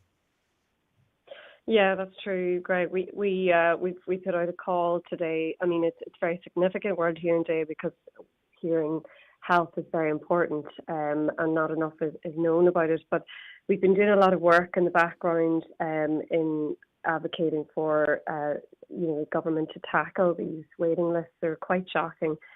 They've increased about 30% in the past 5 years. So there's over 26,000 waiting on the audiology waiting lists, and some of them would be, in certain regions of the country, up to 3 years waiting lists. So when you're talking about the type of person who's experiencing a hearing loss, who may be older, particularly in their 80s, if they're 82 today, they could be 85 before they get an audiology. Which proportionately, Danielle, and I don't mean this harshly, but proportionately, this is impacting a large portion of their life, that people should be able to enjoy their latter years with all of their senses as much as is possible. Absolutely. I mean, it is having it has the potential to have a very detrimental impact on an individual. When they're older, a hearing loss can really affect you with isolation. It can be compounded by cognitive decline. And so there really is an urgency needed to address these waiting lists and for people to get access to hearing aids and assistive technology that they need. And so the government announced last August, and the Minister for Health, Stephen Donnelly, announced the working group will be set up to develop a new national hearing care plan. And this was brought about on the recommendation of the World Health Organization. And the working group has to put together a report and look at the provision and potentially bringing on board private providers of hearing care.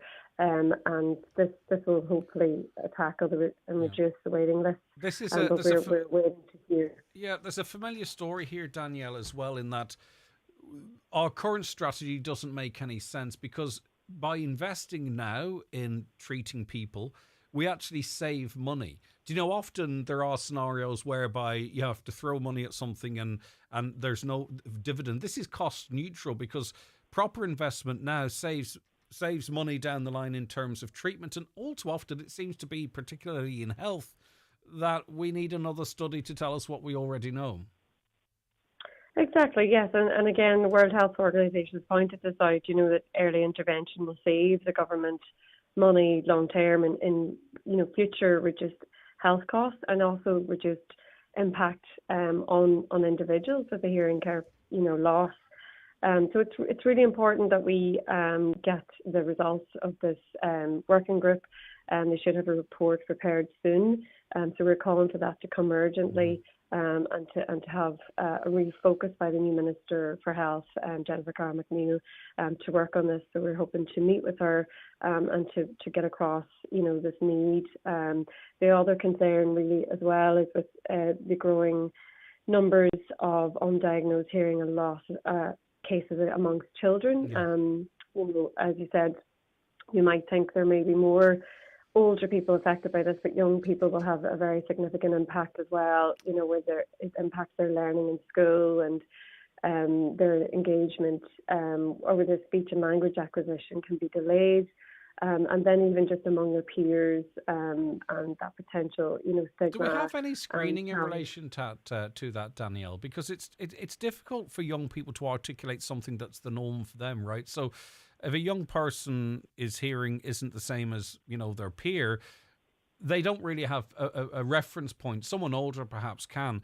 Maybe the adults in the house might notice something and then go and get their ears checked. We did that in our house, so I understand that process. But do we have a way of sort of screening like we do with teeth? And again, that's not bloody perfect either, is it, by a long shot? But, are we picking up instances where children have hearing loss and it could be affecting their language and their development and their social skills even? Yeah, so all of these indicators can indicate a hearing loss, and I think those people engaging with the children will be in a position to kind of identify that and get them engaged in going to the GP for a diagnosis. The services are there. I mean, it's just a challenge with the delays with the HSE and the lack of kind of oversight in public private providers. So there is support, there is the care. It's just the delay. But it's the wrong way round, Danielle. Like if you go to a speech and language therapist, they will often refer you to get the child's ears checked. But if you don't go to the speech and language therapist, the ear check doesn't happen, if that makes sense. You know what I mean? Whereby you could get a child's ears checked in a timely fashion and then maybe you could be referred. Do you know what I mean? Like we need to have that. That has to be a two-way thing, I believe. Danielle, obviously Chime's advocating as you are today here, but you also work directly with people as well. Talk to me a little bit about that and maybe services that are available for people tuned into the show today. Yeah, so as you mentioned, one of the groups, we provide advice and services and certain support groups. So they're one of those groups that would help those children would be the family groups. And we provide community support. So we have 12 resource centres around the country, one in Letterkenny and High Road. And then, there's outreach services. There's newly diagnosed weekends for parents with children newly diagnosed. And other range of support groups. So, we're there for anyone who needs the support, wants to access audiology care, and we also provide hearing care, hearing aids, and that people can be referred to us directly, even while they're waiting for the audiology treatment through the HSE. And you can find us online on chime.ie, and we have a free phone number, 1-800-256-257. All right, we need to start seeing a retreat in these waiting lists. There's no doubt. So much of this is time sensitive. Thanks for helping us highlight this issue, Danielle. I do appreciate it. Thanks very much, Greg. Take care. Danielle McLaughlin, Chime Director of Advocacy there. We spoke to Peter Casey earlier on in the programme, and he's chucking his hat in the ring. He wants to have another go.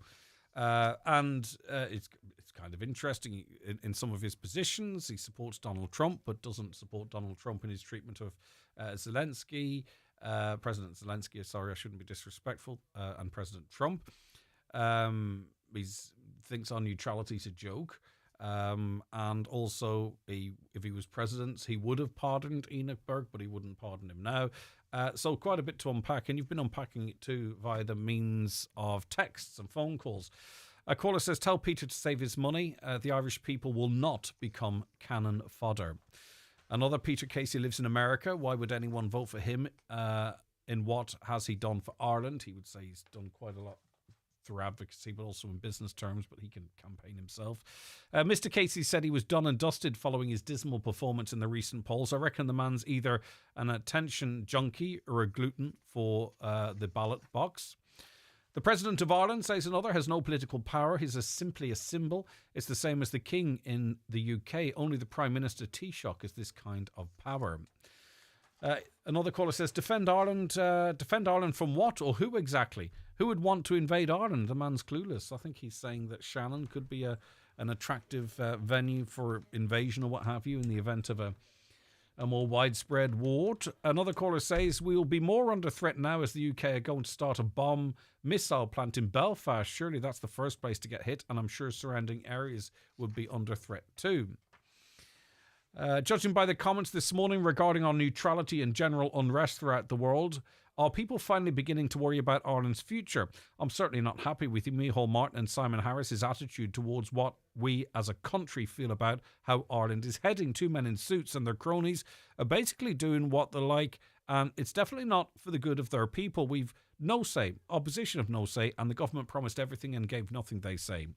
Hi, Greg. I think that if the deal had been signed in the White House, giving part of Ukraine to America within weeks, Trump would have given this part of Ukraine to Putin. After all, it is alleged the Russian intervention played a big part in Trump beating Hillary Clinton to become president.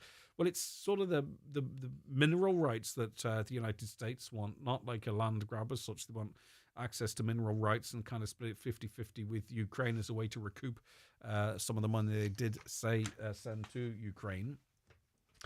Another caller says the total bill between America and Ukraine was $190 billion, not more. Ukraine owed America. It was given as aid. Ukraine did not get a loan from Joe Biden. This was military aid. Ukraine paid them back through deaths of troops. Another, why don't the people get together and throw this so-called government to the street? Well, I mean, the public had an opportunity to do that not so long ago and endorsed Fianna Fáil and Fine Gaels in the numbers as such to have them back in power. So if that's what the people did then, they're hardly going to want to go out the streets and overthrow them. They're happy enough with what's going on. Clearly. Good morning, Greg. Micheál Martin and Cove, no problem helping Ukraine in protecting their sovereignty, yet at the same time, the Taoiseach has said in the Dáil that he doesn't want anything to do with something as backward as Irish sovereignty. These people aren't for Ireland, never were. We need a provisional government put in place like Iceland did and put the traitorous criminals that are in government in prison, and I'm sure they wouldn't see their roles as such. 2018, I was referred as having severe hearing loss. 2025, guess what? They're still waiting. Every day I'm ringing and I've been told my referral has been lost. I've been in several times to see ENT doctors and the follows it up, but still nothing been done. 7 years. They were referred with severe hearing loss in 2018, still waiting in 2025. That's a system that needs looking at. Great to see a Donegal game back in the south of the county at long last, Greg. South Donegal's the traditional heartland of Donegal GEA after all. Hopefully there'll be more games there going forward. The game itself was brutal, though. Still far too much lateral hand passing going on. I'm glad we won. Not sure we deserved it, though. That comes in from Noel. And there is a certain amount of league games played outside Ballybofey, isn't there? I'm not sure how it's divvied up between Letterkenny and Ballyshannon, but Father Tierney Park, the pitch looked great, actually. Credit to the Lions people, though there did seem to be a little bit of slipping. I'm not sure if that was the conditions or the boots, but the pitch looked great. You know, often with the GA pitches, it seems quite long grass, but I don't know what it was like to play on, but it certainly looked good. Donegal could lose both remaining matches and still end up in a league final, indeed. Kieran Thompson showed great leadership yesterday, says another caller. Hi, Greg. Did the journalist that asked Zelensky... Oh, I read that one already. He asked them... did he ask Elon Musk the same question? Back to football, sorry. Something now, especially the way Jim was saying about tiredness, player welfare, and the closeness of Donegal playing preliminary rounds have concerns for players burning out. No breaks on or off field. I'm afraid nobody can stick that. Bad enough county players, but clubs could feel it more all right, making rules to speed the game up. But if we haven't the players to rotate, still a lot to look at. Indeed, and Jim McGuinness too also talked of that circuit break, didn't he? In terms of the next few days. Hi, can you say good luck to Eva Ashin agus Sinead agus their teacher Mairead from PCC Falcara, who are in the Junk Couture World Finals tomorrow. From all the supporters, we'll chase up with them to see how they get on. Patsy made a point, just listening to Sinead Breen, very competent person doing a great job as PRO, but just disappointed that as we are in Seachtain na Gaeilge, that she didn't address anything as Gaeilge. And even for you, Greg, be nice if you could use a couple of focal for Seachtain na Gaeilge. Listen, Patsy, you know, you're spot on. This is not Sinead's fault. Sinead obviously wouldn't want to be ignorant and speak Irish to me. My understanding of it is poor. That's on me. I'm sorry.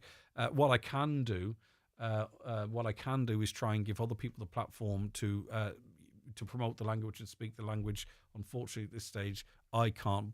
But as I say, I think Sinead's just been polite in how she was engaging in the interview. So that's on me, Patsy. You make a very good point. Do I wish it was a different way? Yes, I very much do. But all I can do is sort of use the platform to try and support and promote the language that way. All right, listen, that's where we have to leave it on the show today. Busy. We're always busy. Mondays, sometimes you can take a day off with the texts and the phone calls, but not today. We really do appreciate it. Every single one is read. The overwhelming majority are read on air. If we don't get to them today, we certainly will try our best for tomorrow. So that's where we leave it. Thanks for listening. Thanks for